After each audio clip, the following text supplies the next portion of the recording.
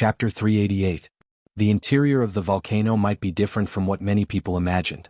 It was hollow like an iron box and it was filled with boiling magma. The so-called magma was actually a silicate substance that had melted into a molten state due to high temperature. It would show different colors according to the temperature. The higher the temperature, the lighter the color. Under the illumination of the flames, the magma reservoir buried under Yellowstone Park was a colorful underground world. In addition to the red magma, the magma reservoir was mainly red and yellow. The yellow was sulfur and the red was iron. In addition, there was a black substance at the top of the magma reservoir. This black substance was the surface of the rock formed by the cooling of the gas. Yellowstone Park supervolcano would erupt once every 600,000 years. The last time was about 630,000 years ago. Therefore, this supervolcano had entered the eruption cycle and could erupt at any time. Scientists had used computers to simulate the eruption. Once the supervolcano in Yellowstone Park erupted, 90% of the people within 1,000 kilometers would not be spared. Most of them would die from inhaling the volcanic ash, which would cause their lungs to solidify. In other words, most of the United States would become a land of death. There was no chance of survival. After the eruption, the volcanic ash that was spewed out by the magma would drift to every corner of the earth within 2 days. Then the nuclear winter would arrive. The thick volcanic ash would cover most of the world. Sunlight would not be able to reach the earth. A large number of animals and plants would begin to die, and black acid rain would cover the entire world. This process would last for at least 3 to 6 months. In other words, once the supervolcano erupted, not only would the United States suffer, but the entire world would fall into a food crisis. The disaster movie 2012 had already shown this point. After all, Qin was not a geologist. Therefore, when he chose the location of the pill refinement, he only focused on finding the largest volcano and did not consider other problems at all. The refinement of the pill had reached the final stage. Qin floated at the top of the magma reservoir. The ball of light directly below him was the heaven and earth furnace that he had set up. In addition, he had even set up a spirit gathering formation here. With Yellowstone Park as the center, all the spirit energy within 100 miles flowed into it, so that the entire magma reservoir was filled with rich spirit energy of heaven and earth. It was like a balloon that had been stretched to its limit, and could explode at any time. Lava surged and earth fire raged. Heaven and earth were the furnace and spiritual energy was the charcoal. Under the continuous burning of the earth fire, the medicinal properties of the Adumbra flower were completely unleashed. Once the spirit pill was formed, the restriction would fall apart, and the compressed spirit chi of heaven and earth would explode in an instant. Its intensity would not be inferior to a large-scale spirit chi tide. In fact, it was even more ferocious and surging than the tide of spiritual energy. At the same time, it was also more threatening. Qin waited patiently, focusing all his attention on the ball of light. Suddenly, a slight cracking sound came from the top of the magma chamber. Crack. It was a very weak sound. Before Qin could react, the faint cracking noise had turned into a series of loud rumbling noises. The earth seemed to be torn apart. Immediately afterward, the volcanic passage that had been deposited for hundreds of thousands of years came alive again. The strong air pressure continued to rise, trying to find a way to vent. The mountain could not withstand the pressure, and huge cracks began to appear, spreading all the way to the surface at an extremely fast speed. The cracks grew bigger and more numerous. Countless huge rocks continued to fall from above. The moment the huge rocks smashed into the magma below, the magma boiled and sparks flew everywhere. Qin was stunned. Until this moment, he didn't even realize what a terrible thing he was doing. The earth began to tremble. Under the pressure, countless cracks appeared on the inside of the mountain. The cracks reached the surface. In an instant, countless geothermal fountains erupted from Yellowstone Park at the same time. Because the temperature was too high, the snow on the surface began to sublimate, turning from a solid to a gas in an instant. A thick fog shrouded the park. At the same time, earthquake alarms sounded in several cities around Yellowstone Park. The tremors grew stronger and stronger. This was not an earthquake, but the supervolcano had begun to become active. Under the pressure, the weak surface of the earth began to bulge, undulating strangely like waves. Birds cried out and beasts howled. Countless animals ran out of the park, and flocks of birds flew across the sky, blotting out the sun. The only thing worth celebrating was, it was probably because Yellowstone Park was not open to tourists during this period of time. This place was freezing cold. Other than a few park staff, there were not many people. Qin was inside the magma chamber so he could see more clearly. He saw the mountain collapse. He also saw the magma boiling. Originally, he came to pick up the medicine happily, but he did not expect to witness a volcanic eruption with his own eyes. Qin finally realized the seriousness of the matter. But just as he was about to find a way to contain the volcanic eruption, the elixir came out of the furnace without warning. The sudden burst of spiritual energy forced him to take a few steps back. Seeing this, Qin could not help but let out a long howl, and immediately rushed toward the ball of light. It was not easy to wait for the elixir to come out of the furnace. If he really failed at this time, wouldn't he be depressed to death? The spiritual energy turned into gusts of wind, like sharp blades, constantly slapping Qin's body. Even if his cultivation was unparalleled at this moment, he could only barely withstand the pressure, and then slowly approached the elixir. The elixir was quietly suspended in the middle of the cave. It was like a luminous pearl shining brightly. After such a long time of extraction, the medicinal properties were fully displayed.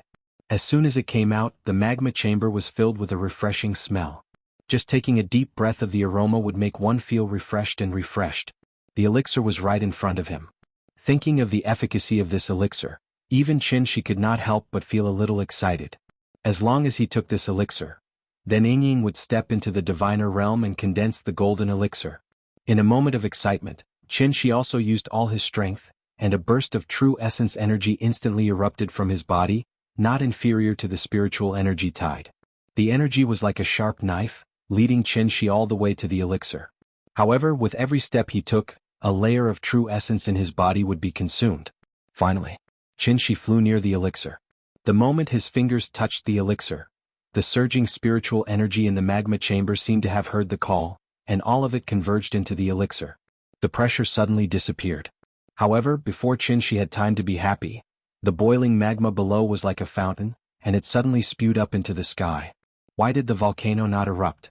That was because the spiritual energy of heaven and earth filled the cave, and thus the magma was firmly pressed in the magma chamber. Once Qin took the elixir, the magma that had lost its suppression would be like a dam bursting, and it would spray out more fiercely and violently than before. This was an explosive volcanic eruption. From afar, it looked like a supernuclear bomb had been dropped in Yellowstone Park. First, a burst of strong light lit up the sky. Immediately after, a gigantic mushroom cloud slowly rose. At the same time as the mushroom cloud rose, there were countless bolts of lightning shuttling back and forth. The angry volcano spewed magma and thick smoke, and ferocious electric snakes hissed in the air. This was not a movie but a joint performance of the sky and the earth. Volcanic lightning. Chapter 389. The super volcano erupted.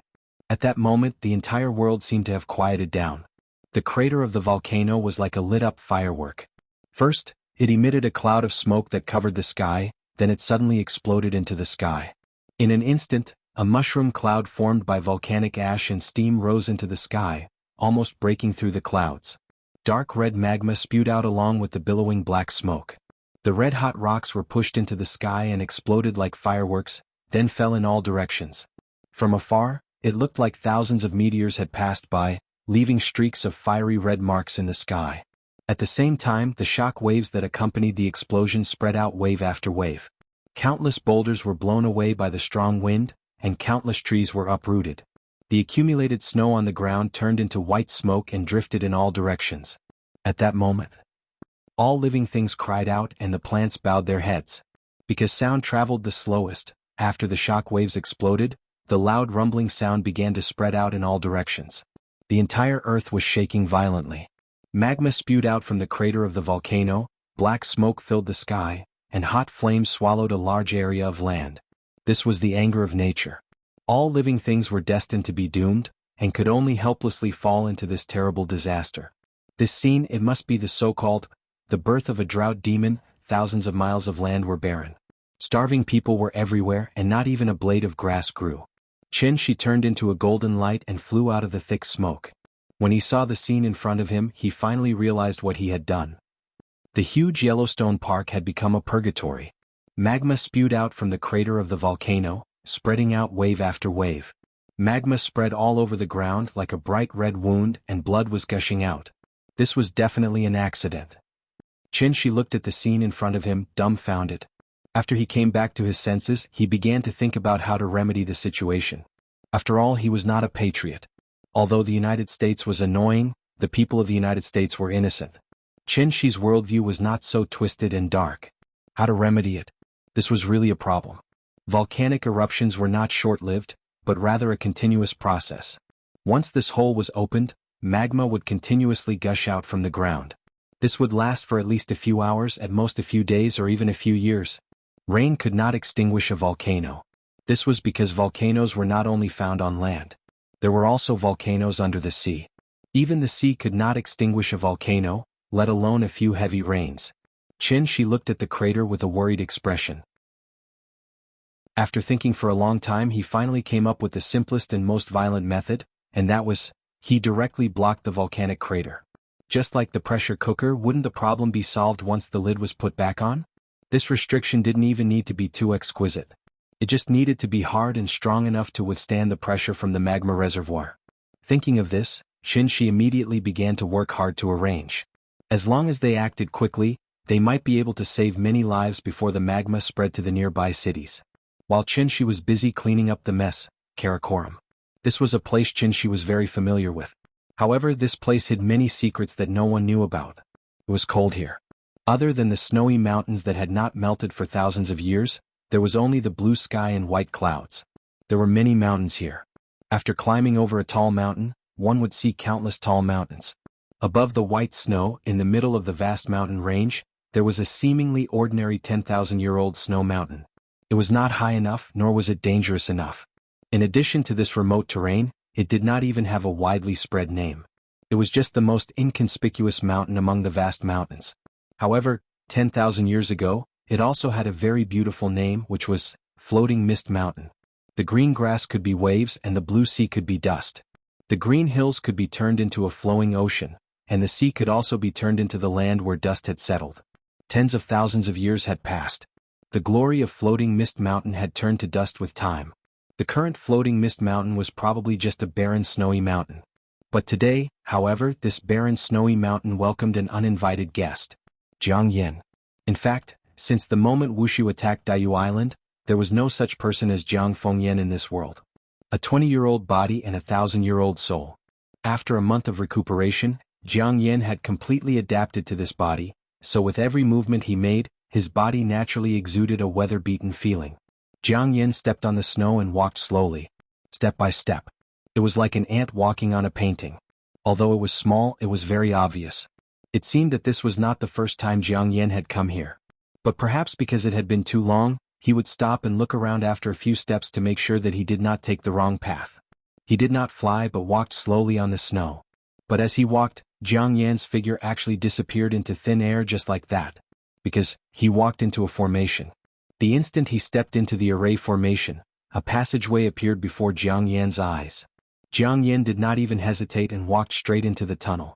There was no light source in the tunnel, it was pitch black. But Jiang Yan had no intention of lighting a light at all. He continued to walk forward without stopping. He did not know how far he had walked before a faint light appeared at the end of the tunnel. Seeing this, a faint smile immediately appeared on Jiang Yan's face. At the end of the tunnel was a hall. There was only a faint green light source inside. From afar it looked like a will-o'-the-wisp. It wandered in the hall while emitting a dim light.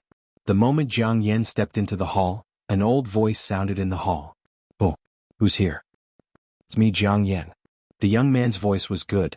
The energetic voice suddenly formed a sharp contrast with the lifeless voice. And as soon as Jiang Yan's voice fell, the hall that had been silent for a long time seemed to come alive again. "Jiang Yan. Jiang Yan. Jiang Yan." Countless different voices sounded in every corner of the hall. Just like the many spectators sitting around, the moment they saw Jiang Yan appear, they cheered in unison. But these voices sounded like the voices of dried corpses. It was dry and shriveled, and at the same time, it was a bit harsh and hoarse. Jiang Yan seemed to enjoy the feeling of being the center of attention. After a while, he raised his arms and signaled for everyone to be quiet. The cheers stopped abruptly. At this time, Jiang Yan faced the center of the hall and said slowly, "I'm sure you all know what's going on outside. So now I just want to ask, the oath back then, is it still valid now?" After that, Jiang Yan began to look around. But no one answered him. The entire hall was silent. It was quiet and empty. It was as if he was the only living person in the room. Jiang Yin stood in the center of the hall and waited silently. After a long while, the old voice sounded again. How can the oath of the 9 serenities be taken lightly? Since you have decided to come out, we will not continue to endure here. Go ahead and make the arrangements. If there is no doubt, I am willing to respect Jiang Yin as the co-leader of the 9 serenities and lead us to fight against Tiandu. Do you have any objections? As soon as this question was asked, there was a sound of agreement in the hall. Seconded. Seconded. Seconded. Just like the company's board of directors, Jiang Yin was officially elected as the new CEO of the 9 serenities. There were 9 levels of heaven and 9 levels of earth. There was Tiandu above and the 9 serenities below. The 2 words 9 serenities were the fundamental reason why Jiang Yin dared to go against Tiandu. For this, he was even willing to sacrifice the entire Jiang family and offer up all the remaining celestials on Daiyu Island for the 9 serenities to take. Because what he wanted. Chapter 390. After Qin Shi busied himself for half a day, the mess in Yellowstone Park was finally cleaned up. For this reason, he specially set up a super large restriction to completely seal the magma reservoir. In fact, this could be regarded as a blessing in disguise. After Qin Shi's messing around, part of the pressure on the Yellowstone Park supervolcano had been removed. Coupled with the effect of the restriction, the next natural eruption of this volcano was estimated to be tens of thousands of years later. If the United States knew the truth of this matter, they would probably only be grateful to Qin Shi and would worship him as their ancestor. It was just a short eruption. Although the scale was large, the destructive power was always limited. The only thing that was painful to lose was probably the beautiful natural scenery of Yellowstone Park. Even if they immediately began to rebuild it, it would take many years to form an ecological chain of today's scale. Of course, these losses were not for Qin Shi to worry about. He had done what he could and made up for what he could. Therefore, after carefully checking the restriction, Qin Shi happily took the spirit pill and embarked on the return journey. Perhaps because he was in a good mood during the flight to Wuxia, he took out the spirit pill from time to time to observe it. Just a whiff of this fragrant scent was enough to make one intoxicated. Although the grade of this spirit pill was not as high as he imagined, it could barely reach the 6th or 7th grade. After all, the supplementary ingredients were just some ordinary medicinal materials. It was already very good to be able to reach this standard. And with the current conditions on Earth, how could Qin Shi not be satisfied with the fact that such a high-grade spirit pill could be refined? Humans should always be content with what they have. Refining pills was a craft, and it could not be done without some experience. Refining pills according to a recipe was something that only a worker would do. With Qin Shi's years of experience coupled with his understanding of medicinal materials and pharmacology, he could naturally configure a prescription that was really suitable for the current situation based on the existing materials. Therefore, this spirit pill was absolutely unique. It didn't even have a name. Even if one searched the entire Heavenly Jade domain, they wouldn't be able to find a second one. Naturally, the naming rights fell to Qin Shi. However, he didn't have any fancy ideas at all. He didn't even bother to come up with a name. He directly began to think about how to divide up the spirit pills. There was only one spirit pill, but it could be divided into several portions. He cut it in half and gave the other half to Ying. The remaining half would be divided into 3 parts, one for him and one for Nian Yin. Then the last portion would be cut in half. One half would be given to his father-in-law and the other half would be given to Madame Jiang. His sister-in-law had already eaten the heaven and earth treasure before, so she had indigestion. Therefore, Qin Shi directly ignored Qin Shueqing this time. As for Big Cat and Big Head, their cultivation levels were too low, so it was enough for them to eat some energy cultivation pills. Thinking of this, a name suddenly popped up in Qin Shi's mind. Lin Xian. After such a long time, Lin Xian should have stepped into the middle stage of the qi refinement realm, right? Should he cut Madame Jiang's portion in half and give half to her? Qin Shi seriously thought about this problem. As he thought about it, he unknowingly returned to Shangjing. During this period of time, as long as he sent Nian Yin to school, Qin Shi would immediately go home to accompany Qin Ruoying to cultivate. Since he was already out today, why not go to school and see how Nian Yin's class looked like? Therefore, Qin Shi immediately turned around and flew toward Donghua Gate Kindergarten. Nian Yin's class today was really interesting. It was a theme class. The content of the theme was My Mom and Dad. This was the most common class in kindergartens. It was mainly to guide children to understand themselves and others correctly, to develop a close and cooperative attitude toward others and society, and to learn the preliminary interpersonal skills. Since the correct child wanted to get to know others, the first thing to do was to start with the people around the child, which was their parents. That was why today's class was held. Previously, the teacher had already taught the children how to draw a family portrait, so today they picked up their own painting and introduced their family members to everyone in turn. The content of the class was actually quite simple. It was nothing more than the teacher asking questions and the children standing up to answer. Of course, the questions were also very simple. For example, who is the person in the painting? What does it have to do with you? Is it good for you? What do they like to do the most? The children stood up one by one to answer. She hid outside the classroom and listened to every word with great interest. Finally, it was Nyenyen's turn to stand up. The little girl did not have stage fright at all. She pointed at the person in the painting and answered the teacher's questions generously. When the teacher asked her, "What does Dad like to do the most?" the little thing opened its mouth and replied, "Daddy loves to cook the most. Dad's cooking is delicious. I like Dad's cooking." "Then do you like Dad's cooking more? Or do you like Dad more?" Ah. After the teacher threw out a question that she hadn't asked before, the little girl was stunned on the spot. She didn't seem to expect the teacher to ask such a question at all. So after hesitating for a moment, the little girl frowned and whispered softly, "I like both. Dad's cooking is delicious. I like Dad." The moment he heard this sentence, the expression on Chinshi's face was very rich. "So if your father doesn't know how to cook, you won't like him?" The little girl's answer wasn't wrong, but it wasn't perfect. After the teacher's guidance, she finally realized the importance of her father, so she quickly nodded and affirmed, "Even if Dad's cooking isn't good, I like Dad." Children's words carried no harm. It was actually quite interesting to listen to children talk when they had nothing to do. After the little girl sat down, it was the brothers' turn. Because they were twins, the two of them drew a picture together. The teacher asked questions as usual, but she didn't expect to make a mistake here, and that was, she didn't find out the child's family situation clearly. Therefore, when the teacher casually asked who was the father, the brothers exploded on the spot. "We don't have a father." Old Gu didn't teach them this, and the old man wasn't so petty. In fact, it was Gu Yao who taught them this. Perhaps it was because she quarreled with Xia Kaiji when she was alive, so Gu Yao had been holding back her resentment after she died, so she would instill this idea in the brothers from time to time. Of course, they had to listen to what their mother said. So, they didn't have a father. When the brothers shouted this sentence in unison, the teacher knew that something bad had happened. Sure enough, as soon as the brothers finished speaking, the other children were surprised and started to talk about it. "Teacher, is he a wild child without a father? Mom told me before. If I'm taken away by bad people, then I'll lose my parents and can only become a wild child." Wild child. He's a wild child. Wild child. In recent years, the divorce rate had been increasing, and the impact of parents' divorce on children was definitely the most profound and heavy. This was a sensitive topic. Therefore, the kindergarten teacher paid attention to this issue, and even specifically investigated the family situation of each child before entering school. She didn't think much at that time, and directly said the names of Xia Kaiji and Gu Yao. He never thought that the brothers wouldn't recognize this father at all.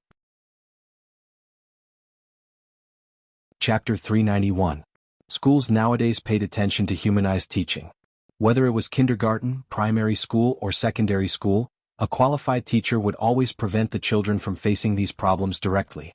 Of course, there were also many retarded teachers who would not care about these details at all.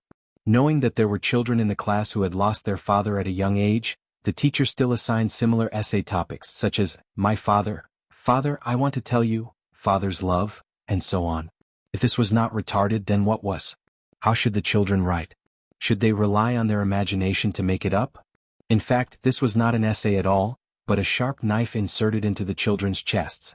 The children were still so young. If they could enlighten and encourage themselves to successfully walk out of their psychological trauma, then all the child psychologists in the world could be fired.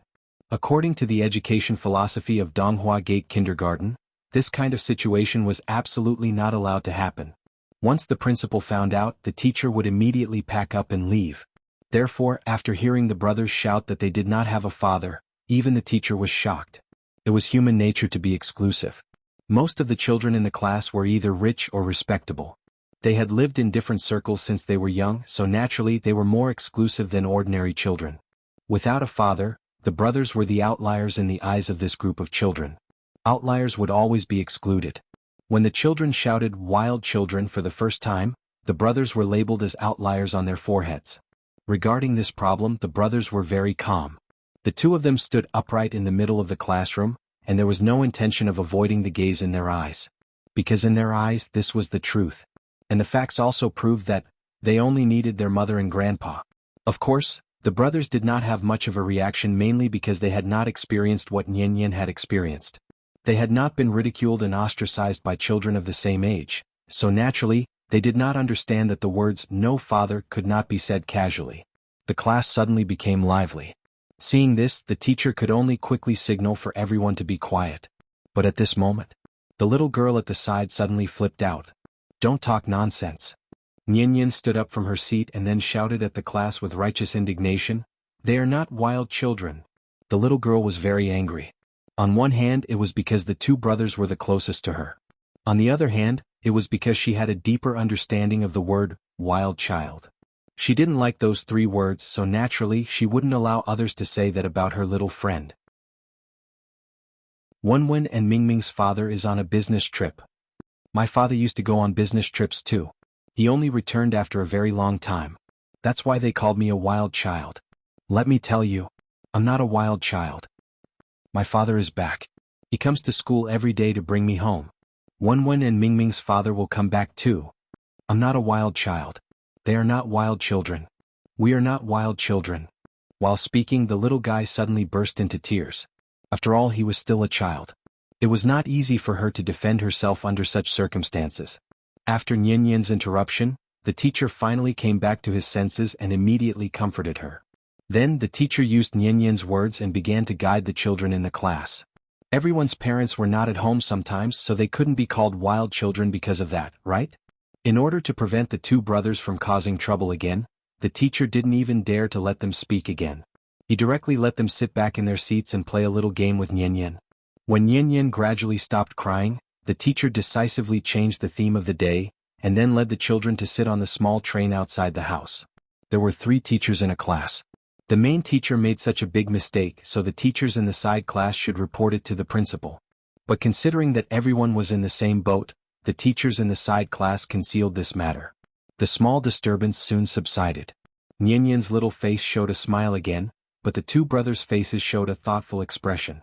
Perhaps from this moment on, the shadow of their father gradually emerged from the bottom of their hearts? She was like a bystander, silently watching the whole process.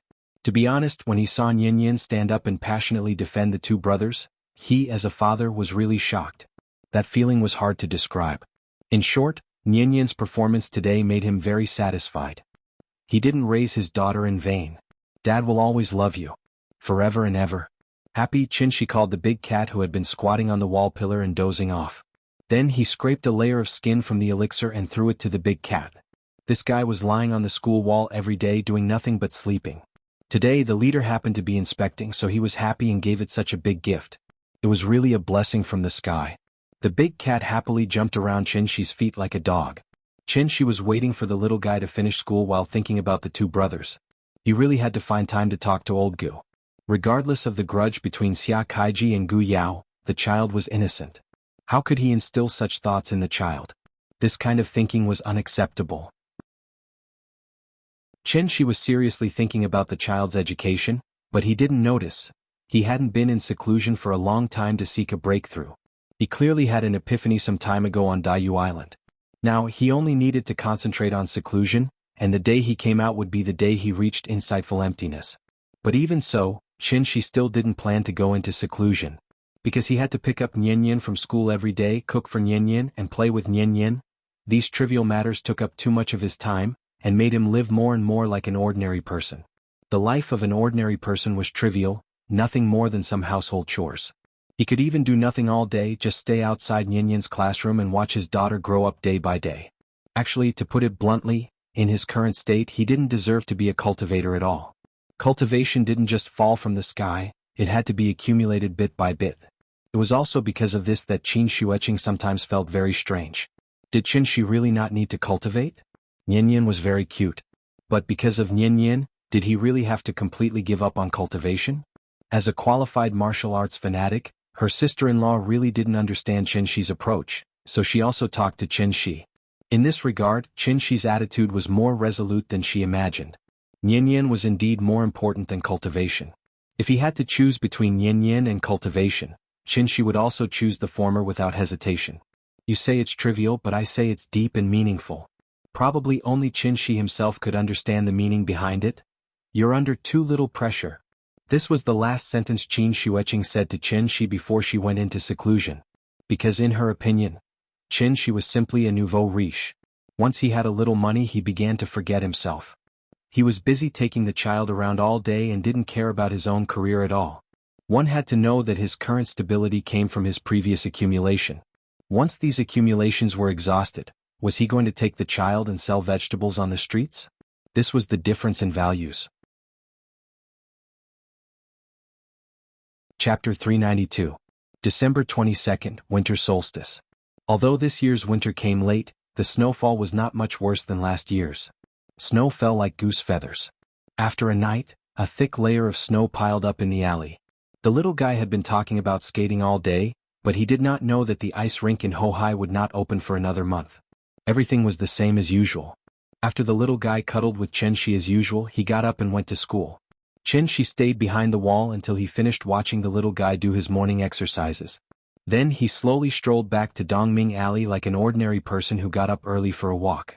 But what was different from usual was, Qin Shi met an acquaintance at the entrance of the alley today. Mr. Qin, long time no see. The person was Jiang Yan.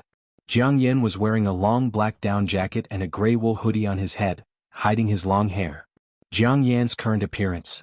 He looked no different from the young people you could see on the street. The only difference was that he still had an outstanding temperament that was as deep as the abyss. Why are you here? Qin Shi never thought that Jiang Yan would come to Shangjing and even find him at his door. So the moment he saw Jiang Yan, he was a little surprised. Could it be that this old guy had been stuck in the soul crystal for too long and wanted to wander around after taking over his body? Haha, actually it's like this. After I took the elixir you gave me, I realized that this elixir was extraordinary. You must have added a lot of rare herbs in it, right? Jiang Yan laughed. After seeing Qin Shi extend his hand and make a pleased gesture, he immediately followed Qin Shi into the courtyard. The visitor was a guest, so he had to at least show some basic courtesy. So, Qin Shi led Jiang Yan to the main hall and made him a pot of tea. I did add a lot of things, but they are just some common herbs. The most important thing is your adumbra flower. After hearing Qin Shi's words, Jiang Yan immediately laughed and said, The Jiang family doesn't have such exquisite alchemy skills like yours. After your careful concoction, this adumbra flower really showed its medicinal effects. If that's the case, the Jiang family has really profited. Jiang Yan seemed very happy. Seeing this, Qin Shi laughed a few times. She was too lazy to be polite with him. As long as he was happy, it was fine. In fact, after Qin Shi thought that this elixir would definitely end up in Jiang's stomach, he cut the Jiang family's portion in half, and planned to leave the other half for Lin Xian. After all, he should not let the goodies. The old man had been hiding in the soul crystal for so many years, so he probably had accumulated a huge amount of vital energy. Thinking about it, this little bit was not too much and this little bit was not too little. He just had to make do with it. To be honest, based on the amount that Jiang Yan had consumed, it was probably not as effective as directly swallowing the adumbra flower. Therefore, even if Qin Shi used her butt to think, she knew that the old man must have other motives for coming to her door today. Alright, you don't have to be so polite with me. Qin Shi did not have the time to talk nonsense with him, so he asked directly, Tell me, why did you come all the way here? Hearing this, the smile on Jiang Yan's face became even more cheerful. Actually, it's nothing much, I just wanted to come out for a walk and pay you a visit. At this point, Jiang Yan's gaze fell on the couplet in the middle of the main hall. The heavenly gate is broken, the river opens, the jade water flows east. However, his gaze did not linger for long, then he put on a rather emotional expression and sighed. White clouds for 1,000 years, the sky is long. Look at this world, where does it look like it used to? When I came here, I even took that big guy called an airplane. If I didn't see it with my own eyes, I definitely wouldn't believe it. Now, even mortals can ride the clouds and travel thousands of miles in a day. It's just like what the ancestors said, a day in the mountains is 1,000 years in the world. I think it's time for Daiyu Island to change its philosophy. The Jiang family can't always live in the past, we should try to integrate into the present. The old man was a chatterbox, and once he opened his mouth he would not stop muttering. After listening for a while, Qin felt a headache coming on, so he found an excuse to send him out. No wonder everyone said that the older a person was, the more long-winded they became. This old man had been holding it in for thousands of years. If he really let him continue, wouldn't he talk for 3 days and 3 nights? All right, then I won't disturb you. Have a good rest. I'll go to the Great Wall again. Ha! Jiang Yin stood in the alley and waved goodbye to Qin with a smile. After Qin chuckled, he didn't even bother to exchange pleasantries and directly closed the door. Bye-bye to you. Jiang Yin didn't feel offended at all. When he turned and walked out of the alley, there was even a faint smile on his face. After that, Jiang Yin strolled leisurely on the streets, looking around from time to time. He looked like a tourist who had just arrived in the city. However, just as Jiang Yin walked out of the main street, a figure suddenly appeared beside him. Jiang Yin glanced at him and said coldly, "There are people coming and going here, can't you wait until there's no one before you appear?" Hearing this, that person said indifferently, "They're just a bunch of ants, so what if they see us? They'll only think that their eyes are playing tricks on them." Enough. Jiang Yin seemed to be quite dissatisfied with this person's approach, so his face turned cold on the spot. However, that person still didn't care but looked around curiously, especially at the complicated structure of the viaduct not far away. If Qin were here, he would definitely feel very puzzled. Since when did Jiang Jingqing dare to talk to Jiang Yin like this? That's right, the middle-aged man walking side by side with Jiang Yin at this moment was Jiang Jingqing, who was previously beaten into the ground by Qin. Although Jiang Jingqing was arrogant and unruly, he was still a member of the Jiang family, and the Jiang family's ancestral teachings had long been branded in his blood and marrow, so naturally he couldn't be so disrespectful to Jiang Yin. So the person in front of him, it couldn't be Jiang Jingqing at all. Don't blame me for not warning you. This Mr. Qin isn't someone you can afford to offend. If you want to overthrow Heaven Capital, then you must need his help, and you can't afford to be on bad terms with him. Seeing Jiang Yan's serious look, Jiang Jingqing also withdrew his previous frivolity and became much more serious, so he replied in a deep voice, "I know." Seeing this, Jiang Yan didn't say anything more. The reason he suddenly came to visit Qin today was to let his companion see Mr. Chen's abilities. Not to mention Mr. Chen's cultivation, it wasn't difficult to see that this person was definitely not someone to be trifled with just by looking at the restrictions inside and outside the four-part courtyard. Jiang Jingqing obviously knew his limits. However, after a moment of silence, he couldn't help but ask, "I still feel a little strange. You and I have lived for thousands of years, so why haven't we heard of such a person in the world? Are you so sure he's not from Heaven Capital?" After hearing Jiang Jingqing's words, Jiang Yin didn't immediately answer, presumably thinking about the reason behind it. After a long while, Jiang Yin frowned and said, "It shouldn't be. Based on the strength this person has shown before, he's at least above the level of a divine general or even at the level of a heavenly venerable. Over the years, no divine general has defected from Heaven Capital, and no heavenly venerable has died, so he can't be from Heaven Capital. Moreover, I think Wuxia really doesn't seem to know him." Hearing this, it was Jiang Jingqing's turn to be silent again. It wasn't until the two of them walked side by side for a long distance that Jiang Jingqing said with a serious face, "I think this matter needs to be considered at length, so don't act rashly." Chapter 393. December 24th. Christmas Eve, Christmas Eve. With the rapid development of Wuxia over the years, the common people gradually began to understand and accept Western culture. Christmas was the most important holiday in Western countries. No matter how much Donghua Gate Kindergarten promoted traditional culture, they could not deliberately ignore it. Otherwise, how was it different from closing the country off? Therefore, Christmas was the only Western festival that Donghua Gate Kindergarten celebrated. Since it was a holiday, they naturally had to arrange themed activities. Playing with the children was secondary. The school mainly wanted the children to understand the differences between Chinese and Western culture more easily and understand the meaning of Christmas. They also hoped to cultivate the children's interest in learning English. After all, no matter how Wuxia developed in the future, it was imperative to integrate with the international community. Therefore, learning English was definitely beneficial to the children. The winter break would start in the middle of next month. Therefore, the kindergarten would usually set this day as the Winter Parent-Child Activity Day, requiring the parents to attend. The parent-child activity could not only promote the emotional exchange between the children and their parents, but it was also beneficial to the healthy growth of the children's body and mind. Naturally, its importance was needless to say. The kindergarten hoped that every child's parents could be present. For this reason they gave the parents a notice half a month in advance, which could be considered as leaving sufficient time for the parents to prepare. Qin Ruoying originally wanted to participate. However, because she had taken the largest portion of the elixir some time ago, if she did not go into seclusion to digest it in time, much of the medicinal effect would be wasted. The adumbra flower was so precious. Wouldn't it be a pity to waste it? Qin Ruoying's aptitude was very ordinary. If she did not rely on external help, then when would she be able to break through to the celestial being level? She had no choice but to repeatedly persuade her.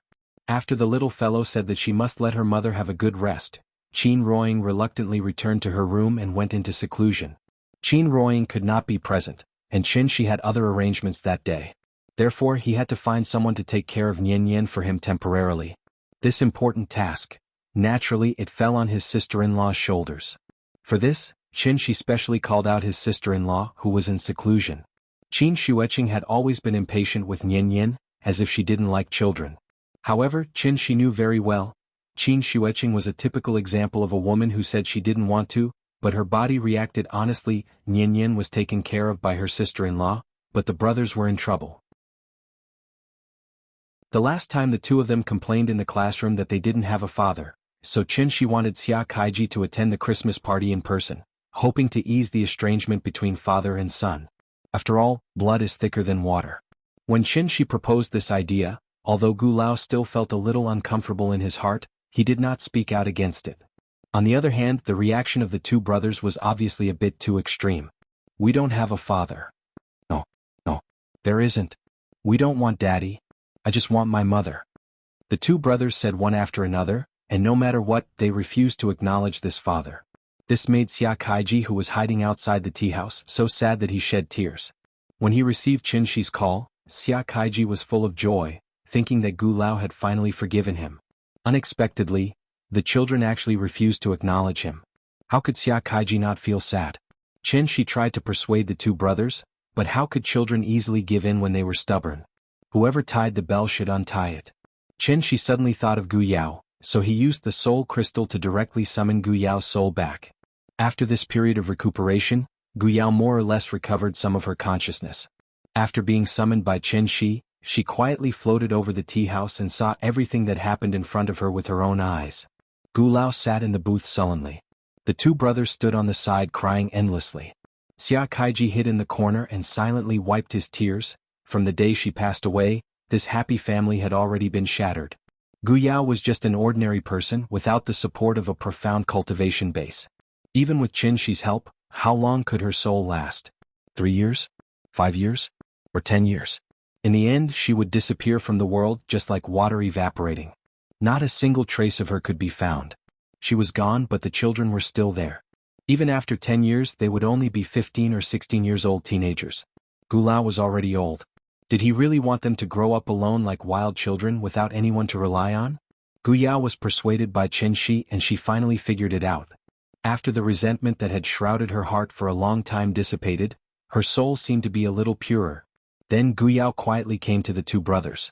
She didn't know what she said to the two brothers, but they quickly quieted down and obediently followed Shi out of the tea house, standing in front of their biological father again. Daddy? The two brothers hesitated for a long time and then finally called out Daddy. The moment he heard these two words, the man who was shining in the workplace finally couldn't hold it anymore. He knelt on the ground, his hands tightly hugged the two brothers. Because of a moment of excitement, Xia Kaiji actually let out a whimper. I'm sorry, Yao Yao. I'm sorry, he touched the two brothers' face, looking at them who obviously grew a lot taller. His tear-stained face couldn't help but reveal a trace of smile. I'm sorry, it's all Daddy's fault, Daddy let you suffer. I'm sorry, Yao Yao, I regret it so much. Xia Kaiji repented painfully, but he didn't know that every word he said now floated into Gu Yao's heart without missing a single word. Gu Yao came to Xia Kaiji's back as usual, gently hugged him from the back. But it was a pity. Xia Kaiji could no longer feel that kind of feeling from before. Shi quietly returned to the tea house, leaving the warm moment to Xia family's father and son. Sister-in-law sat in the booth, bored to death, flipping through the book as if she was not interested in everything around her. The Christmas party will only start after school. Nian was still in school. The two brothers were taken out by Shi. Qin Shueqing seemed to be dissatisfied with Chen Shi because of this trivial matter, so when she saw Chen Shi came over, she rolled her eyes at Chen Shi, and then turned her body to the side. Seeing this, Chen Shi didn't take it to heart, but directly sat in front of her and smiled and asked, "Let me ask you a question. Why did you say you are cultivating?" Sister-in-law didn't answer, she didn't even bother to lift her eyelids. Chen Shi waited for a while, seeing that she still didn't speak, he continued to say, "Your so-called cultivation first of all, is to get rid of the distracting thoughts, not to care about the chaos of the mortal world. Or else if the heart is not calm it will mess up your actions. But why do I feel? This kind of cultivation is no different from getting rid of feelings? Humans have 7 emotions and 6 desires. Getting rid of feelings, getting rid of desires? Is that still a human?" After hearing this sentence, Qin Shueqing finally reacted. She looked at Chen Shi with a speechless face, and just as she was about to say something, Chen Shi stood up and walked out. Before she left, Chen Shi didn't even look back as she threw down a sentence. This situation was very similar to the last time they talked. "I'll also leave you with a sentence. Who doesn't cultivate in life? Through the years of wind, frost, rain and snow feel the mellow and long life, the gains." Chapter 394. 7 o'clock in the evening. The lanterns were lit and the night was still dark. Shangjing City was shrouded in darkness, and the Forbidden City was sleeping soundly. Donghua Gate Kindergarten, which was only a street away from the Forbidden City, was brightly lit and lively for the first time today. The children had just finished dinner when the Christmas-themed party slowly began. Shangjing's winter was very cold, so the party could only be held in each class. Under Chen Shi's repeated requests, Qin Shueqing reluctantly walked into the classroom. It had to be said that Qin Shueqing's image was indeed very outstanding. As soon as she stepped into the classroom, she successfully attracted everyone's attention. The classroom, which was noisy before, instantly became much quieter because of this. Which child's parent is this? So beautiful. Why haven't I seen her before? Is she a star? I don't know, this is the first time I've seen her. Look, she's here, she's here. In the classroom, regardless of gender, age, everyone couldn't help but look at Qin Shueqing a few more times. There were indeed many good-looking people in this world. Almost all of them were beauties in magazines and on TV, but it was extremely rare to see a beauty in real life. Beauty was one thing, but the other was because of temperament. When a living person stood in front of you, the temperament she exuded would directly affect the overall beauty of this person. Qin Shueqing was indeed very beautiful. But what was really eye-catching about her was actually her temperament, which was like an iceberg. Extremely beautiful but at the same time daunting. She was like a holy mountain on the plateau, which could only be looked up at, but could not be climbed. What? I'm here. As soon as Qin Shueqing walked into the classroom, the little girl immediately noticed her, so she excitedly waved her little hand at her. Seeing this, Qin Shueqing went straight to the little girl and sat down. Qin Shueqing had always been indifferent to the little girl, but this little girl was very affectionate to her. Therefore, as soon as Qin Shueqing sat down, the little girl very intimately lay on her lap, then raised her little head and asked in a coquettish voice, "Auntie, where's Daddy? Why isn't Daddy here?" "Don't worry, he'll be here soon." "Okay." Hearing this, the little guy nodded obediently, then reached out to pick up a piece of candy from the table and handed it to Qin Shueqing. "Any have some candy?" "No need, I've already eaten." Oh. After not seeing each other for a long time, the little fellow wanted to be intimate with Qin Shueqing, but she didn't expect that Qin Shueqing was still indifferent to her. However, the little boy did not mind at all. Instead, he stuck close to Qin Shueqing and started to play by himself. "Hello, Miss Qin." Xia Kaiji had already met Qin Shueqing before, so he nodded to her politely. However, he was tactful and didn't try to talk to Qin Shueqing. After greeting her, he continued to whisper with the two brothers. Xia Kaiji didn't strike up a conversation with Qin Shueqing, but Wang Junqing and Zhao Ziyu couldn't hold it anymore. In front of a peerless beauty as a normal man, how could he not let his imagination run wild? What's more, the two of them had always felt that they were superior. They were rich and powerful, so naturally they wouldn't shrink back just because Qin Shueqing showed a sour face. "Hello, are you Nian Yan's aunt?" Wang Junqing tried to talk to Qin Shueqing with the help of the child. However, before he finished speaking, Qin Shueqing said coldly, "Not interested." After that, Qin Shueqing closed her eyes directly and sat in the classroom with her eyes closed. Wang Junqing was given the cold shoulder and had no choice but to get together with Zhao Ziyu resentfully. Although the two of them were nearly 10 years apart, they had the same bad ideas. Therefore, after giving Wang Junqing a look, Zhao Ziyu secretly took out his cell phone and prepared to secretly take a photo of Qin Xueqing for investigation. However, the moment Zhao Ziyu turned on the camera, a stream of vital essence hit the cell phone, causing the screen to turn off. Zhao Ziyu fiddled with the cell phone for a long time and found that it couldn't be turned on. He had to take a deep look at Qin Xueqing, trying to remember her appearance. Qin Xueqing naturally knew what he was doing, so she opened her eyes and prepared to teach Zhao Ziyu a lesson. However, at this moment, a burst of cheerful music suddenly sounded in the classroom.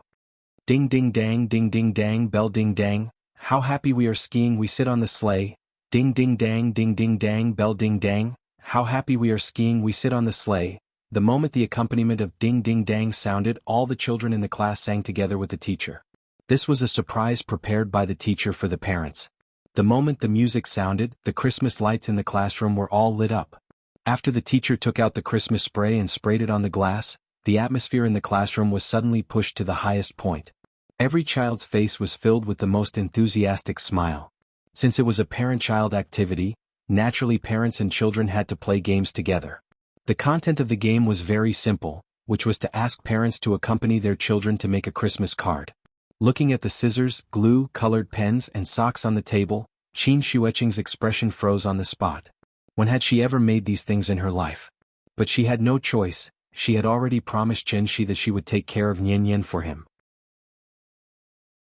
Even if Qin Xueqing was unwilling now, she had to be patient and accompany the little girl to pick up the scissors and paintbrush, and began to make the first Christmas card in her life.